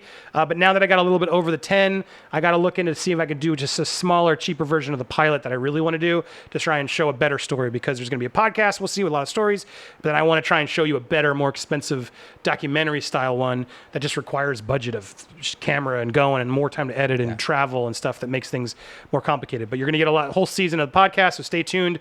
It's going to be worth it, I think. I hope you guys enjoy it. Thank you so much, you guys, for dropping. I just saw, let's go through these quick super chats that I missed. Here we go. Oh, wow. Yeah, there was a few here. So dropping back to all you guys who gave it. Wow. Where were we? Started around 11:56. Thanks for hearing my story from 8-Bit Shinobi for $2. Thank you so much. And then we had Alpha. We said, wow, great movies. Thank you. Myra Marin's back. Man, Myra, you show up at the right time. I love it. Thank you so much for giving what you give. Sorry I'm late. Came to support. You made it. I love it. Thank you so much for doing that. Paige said, hi, Andy from San Antonio. Glad you are back. So am I, Paige. I'm glad you're enjoying it. I hope you noticed how excited I am to be able to talk to you guys. Daniel Price just missed the deadline after seeing your Twitter. Well, you made it here, so thank you so much. It helps a ton. Next up was Myra again. Myra Marin, my favorite. Don't know if you're doing this for live chat, but can you do a reaction to the Warp Zone video, Avengers Endgame deleted scenes? You know what, Myra? You've given so much. How about I'll do it? I'll figure out a way to get that for you. Lots of love. Remind me. Mindless Entertainment. Thank you. Oh, wow. That was Jet and Jesse. Thank you so much. Go, Andy. Spread that toxic masculinity. Go give Mindless Entertainment a plug, guys. She was amazing. It keeps on coming. Robert, Norman. Love your videos. Thank you, Robert. I'm trying my best. If there's topics you guys know or like, hit me up on Andy Signore. You can hit me up there. You can hit me out on figure out how to do the Patreon, other things, or donate through the super chats as we do these live shows. All of that will support those videos coming forward. Myra's back. Have you thought of extending the GoFundMe? You can't on Kickstarter. I could have on GoFundMe. Maybe I should have done GoFundMe. But I thought Kickstarter, everything I'd done was like, no, Kickstarter will be good. Do it there. They'll promote it. Yeah. I don't think they did. But whatever. You have to hit your goal. You don't get it. And I thought that was, you know what? Let's go ballsy. Let's win it. But I could have probably extended it. I'll figure out some way. Once I drop the first episode and I feel like, okay, guys, there's something here. Maybe that'll get some more virality and some more attention from some bigger people to help support it. So yes, Myra, I'm looking into that. But I can't extend the Kickstarter. In the meanwhile, you can just support me through Patreon or on my super chats. And I will make sure. Or if anybody wants to sponsor something, just email me. We'll work something out. Fancy Gusto. Gusto. Oh, Gusto. Fancy Gusto. Saw you on Nick Rakika. Hope this helps. Thank you, man. It does. And that was such a blast talking to him. His audience is incredible. Very nice and generous of you. Here we go. Vijader. Andy, will you finally admit that the whole project is a revenge plot over the schlubby photos in those articles? They really did pick the worst article photos. Well, if they're going to paint you as a bad guy, you can't use the best picture. Well, you know what it was? My buddy Eben, he made a good point. He's like, dude, you're always smiling in every photo. Every photo is... And so there were like only 2 photos that existed on Google where I was like listening at like a Comic-Con or something. And those 2 photos, there's one of me like this. And then there's one of me like in a dark lighting, and because they wanted something more sinister to make sure I wasn't like, can you imagine like sex abuse charges for Manny Signore? It wouldn't have flown. So I got screwed with those terrible photos. I don't even mind that I looked chubbier. They just looked like I'm a sinister sex pervert is what it looked like. Like you were plotting right there. Yeah, exactly. And they did that on purpose. It was always frustrating. I wish they'd pick the photo. But yes, there's always a little bit of slight revenge to prove, like get some happy photos. So like, do my that's why my thumbnails are always the opposite. Everyone's like, why is your mouth open all the time? I'm excited. Jeff Cool, love you. Oh, Jeff, man. Joff Cool. Sorry, Joff. Joff, that's even cooler. Goff, whatever. I hope I covered it. Because thank you for that. That was I love you for that. I'll just call him Mr. Cool. Mr. Cool? You think it's Goff or Joff? I'm going with Goff. Goff is cool. I did it there. All right, there's a couple more. He came back Did we get again. it all? Okay. Oh, he came back. Oh, wow. He did another 10. Oh, wow. Oh, there it is. Oh, that was Goff. Thank you, Goff Cool. I hope I said your name right. Tell me. And then we have Sean. Thank you, Sean. Sean Langford. You are the man. Very generous of you. All right, guys. Myra Marin has been such a fan for such a long time. This better be worth it, Myra. I haven't necessarily seen it, and I don't want them to ding me. Why don't I do it on? I'm going to do it on. I haven't seen it. I want to do. I just don't want to get dinged by playing that video. So can I do it for you on a reaction video? Hit me up on Twitter. You're on Twitter, Myra. I promise you, I will do a reaction for you and do it so I don't get dinged. Because if I play a whole Warp Zone video, I don't know if those guys still like me, and I don't want to risk it. But everybody, go check out that Warp Zone Endgame deleted scenes, and I assure you, I'll go watch it or figure out a way for you to see it. A dedicated Warp Zone video review for Myra. Yes, I will do something. I'll figure out, or at least through Twitter or something, I'll get you an image of that. So, because you keep asking, I promise I'll deliver. But that's why I'm hesitating. James Taylor just dropped. James Taylor, Fire and Rain. Nice. That shows my age. Soy consumption, soy face. Okay, so I'm a soy. What is? Do you know what the definition of the soy boy or whatever it is? No, I don't. The only thing that comes to mind is the new Impossible Burger, and that's it. Which is incredible, by the way. I just tried it. I could see how it's good, but at the same time, slang. I'd rather take the beef. Oh, it's good. But it's good. It surprised you, right? Yeah, it surprised me out. Like, I would take that over a regular veggie burger any day. So the average soy boy is a feminist, non-athletic, has never been in a fight, will probably marry the first girl he has sex with, and likely reduces all his arguments to labeling the opposition as Nazis. Also, see cuck. Oh. Okay, cuck or beta. Okay, now I get it. That's yeah. Soy boy. Okay. The term derives from the negative effects soy consumption has been proven to be on the male physique and libido. And that's true because I do eat soy. Because I'm a veggie. I eat a lot of soy, and that would clearly make me more, what's the word? Feminist. A soy boy's a feminist, non-athletic. Never has been in a fight. Overindulgence of emasculating products and ideologies. Yeah, okay. I'm not masculine is what that means. Yeah. Noted. So there you go. But sure, soy boy, soy consumption. Okay, soy face is this. Whatever. That's my face. Myra, thank you. Myra says, that's cool. Totally understand it. I will get it to you. Hit me up on Twitter. Make sure we're following each other, and I will make sure I give you a reaction to that video because you did it. Yes, so now I'm a beta cuck soy boy, apparently. Now I've confirmed I'm a soy boy. There it is. Sorry. Got nothing. I told you, man. Straight honesty. I'm not hiding anything anymore. That's what I like. When you live a life without secrets and you're not finally hiding things, oh, it's such a relief. So freeing. Yeah, it's really freeing. I mean, it's just like nobody can get me from anything past October 2017. Bam, done. Now moving forward, I'm making sure I live more of the straight and narrow. I mean, I'm sure I'm going to mess up and do something stupid, but not something like I did. Are you planning on creating a Discord? Thank you. Yep. I was just about to end with Discord. Yeah, we do have a Discord. Don, will you help me make sure my Discord's better? I'm sending you guys before I sign off. I'm going to get you guys the link because you're here. Yeah, I'm going to get with some people, and I'll work with them. Because everyone's like, why? Gil just talks on it like crazy, and I got to figure out how to make a better. How do I do a share on there? Oh man, this doesn't sign up. I don't know. Maybe I can't do this share right now.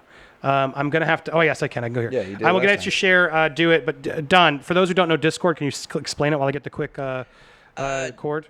Discord, basically, for those who don't know, it's a forum where you can use as a social media outlet where you can create your own chats, groups, and everybody can be. He's gonna send an invite, so you can click on the invite, get brought in, and you can share clips, movies, just like if you're doing a regular chat. Do I want to make the expiration the link forever or just a day? Expire never? Oh, for the invite? Yeah. I mean, it depends how many people you want to bring in. You can bring a whole community and get a whole network. It only sends them to general. How do I invite them to the channel itself? That's what. So I'm going to invite them to the general chat, right? Yeah, you can invite them to the general chat, and we can actually probably expand it from there. So I can. I'll talk with. Yes, help with me out. Shannon General. There we go. Share link. I just got it. We can get that Copy. to everybody Here we else. go. And now, bam! Did that work? Ba-boom. I don't know. Hold on, it's coming. But right now, if you go to general, once he invites you, or those of you who are already there, you'll see there's been a lot of recommendations for various trailers and clips and movies, both from Gil and John. And you'll probably start seeing me post in there, and probably some of Andy's other guests that you've recognized from Nerd Wars. Yeah, and I'm going to get in there officially. But there you go. I just sent it in the chat. You can go click it. Link to Discord is that to the Popcorn Planet Discord server where we're going to do that. And I'm going to try and get in there, and I will invite some other mods. James, if you know, I'll give you I have some lower tier mods to sort of test people out, but I am going to try and do that. If anybody knows, talk to me. Let's see if we can figure that out because I want to try and fix that Discord to be a little bit more. And I use it. We had it for Nerd Brew here in Tampa, and it was cool. But I want to figure out a way to get that going again. So if you follow Discord, that's the link. I just gave it to you. I'll make sure we put this in the chat too. I'm going to try and get more active in there. Twitter is the best place to reach me, and Instagram. I do a lot of stuff in my stories. Guys, we do the movie Blu-ray battle that's going to be there, and we have an awesome new movie quiz show coming, movie quote quiz that's coming. It was supposed to come this week, but we needed to work on the graphics and some stuff, but those two are coming. Those will be on the Instagram at Andy Signore. I'd love to get to 10,000 followers on Instagram because I can link to videos from there. It's a whole big annoying deal. I'm almost at 8,000. So if you guys are watching and have some accounts, please just go follow. It'd mean a lot. And there we go. Any other final quotes or thoughts or super chats coming in as we wrap things up? Don, man, my buddy, I love it. You're always such a pleasure to have on the show. Good friend. Nerd Tots. That's where we can send people for you? Yes, absolutely. We're just budding. We're groomed. We're not even past 20. It's pretty It's pretty embarrassing. As we wrap things up, yes. I just want to show how embarrassing because you have 2.5 hours. Oh, that's D&D at least. You're just playing 2.5. It's all D&D for the most part. Okay. There's one video where 2 views. I'm giving you a 3rd view. Nice. I like the graphic. Yeah, we're gradually getting there. There you go. Adon has hair. Yes. Oh yeah, these are older videos, by the way, like that were piling up. So Oh yeah, I remember your buddy here. We got to get him on someday. Yeah, Jay. And then Your sound's not great, but hey. But there you go, guys. If you want to watch 3 hours of people playing D&D, there's a lot. Do you ever eat tater tots? No, we've eaten a lot of various other things. Shouldn't you be eating tater tots while you D&D? I've eaten a lot of carbs in that. This would be a fun segment where Andy goes and gives free YouTube consultations to channels that are terrible. That would be a fantastic segment.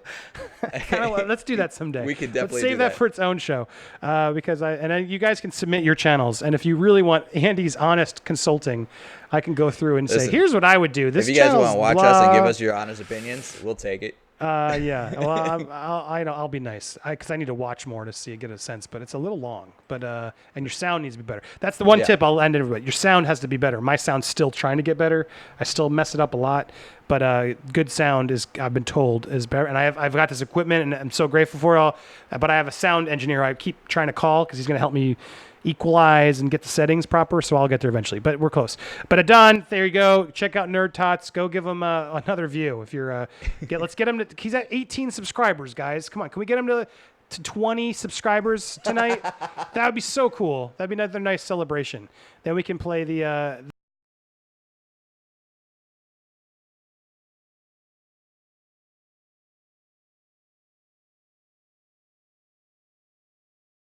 and they loved it. They loved it. It made me so happy because Wheel of Fish, it's a little racist, I'll be honest, but it's still so funny. You get nothing. You're so stupid. And then Raoul's Wild Animal Kingdom, where he's like, today we're going to teach poodles how to fly.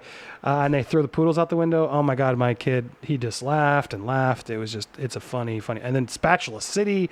It's a beautiful movie. They don't make movies like that anymore. No. I loved that movie as a kid. It was incredible. So, sorry, we just got one more from Myra. Myra Marn, when you have Patreon set up, you should do a reaction request as a tier. I do have Patreon set up. You can go find me there. Go look. Patreon, here it is. I'm sending that link next, so you guys all have it. But Patreon, Andy Signore is also there. Patreon, there it is. Creator of Screen Junkies. Patreon. Oh, it is. It's just patreon.com/Andy Signore. And you can get there. Patreon.com/Andy Signore. That'd be cool to have a couple more of you join there too, because I am going to reset those tiers soon. So you'll want to go check that out, because once we get through Cactus, there'll be a Cactus tier. There'll be like an exclusive Nerd Wars tier. There's going to be more fun stuff on an exclusive live feeds I do just for Patreon members. That'll sort of be like similar to what the Kickstarter ones were. So check it out. Awesome. Thank you. But there we go. As we wrap up, Adon, check out Nerd Tots. Let's see. Come on. I was hoping we'd get 20 subscribers before I hung up, so I could you gotta refresh. I gotta refresh. Did we? 21! Woo! Yeah, we did it! Yeah!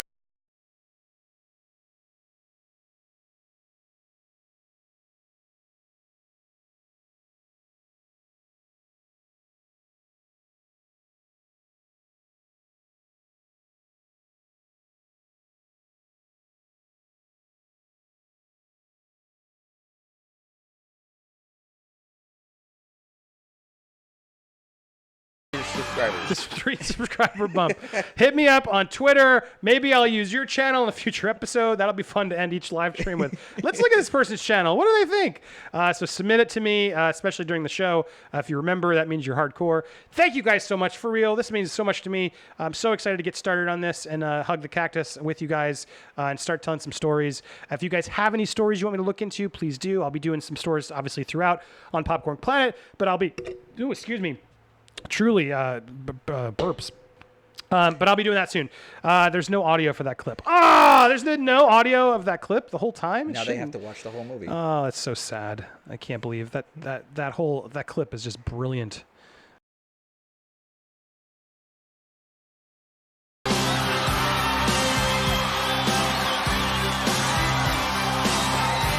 try it one more time. We did it! The station's time!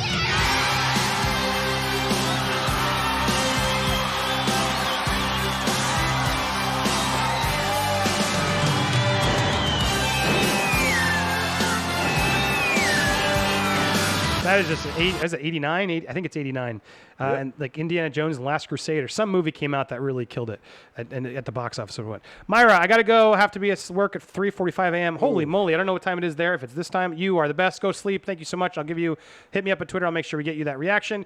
And everybody else, Matt Stagmer in the comments. Yes. Yay. Thank you for that clip. We played it earlier. Now there's audio. Oh, that would have been funner, better.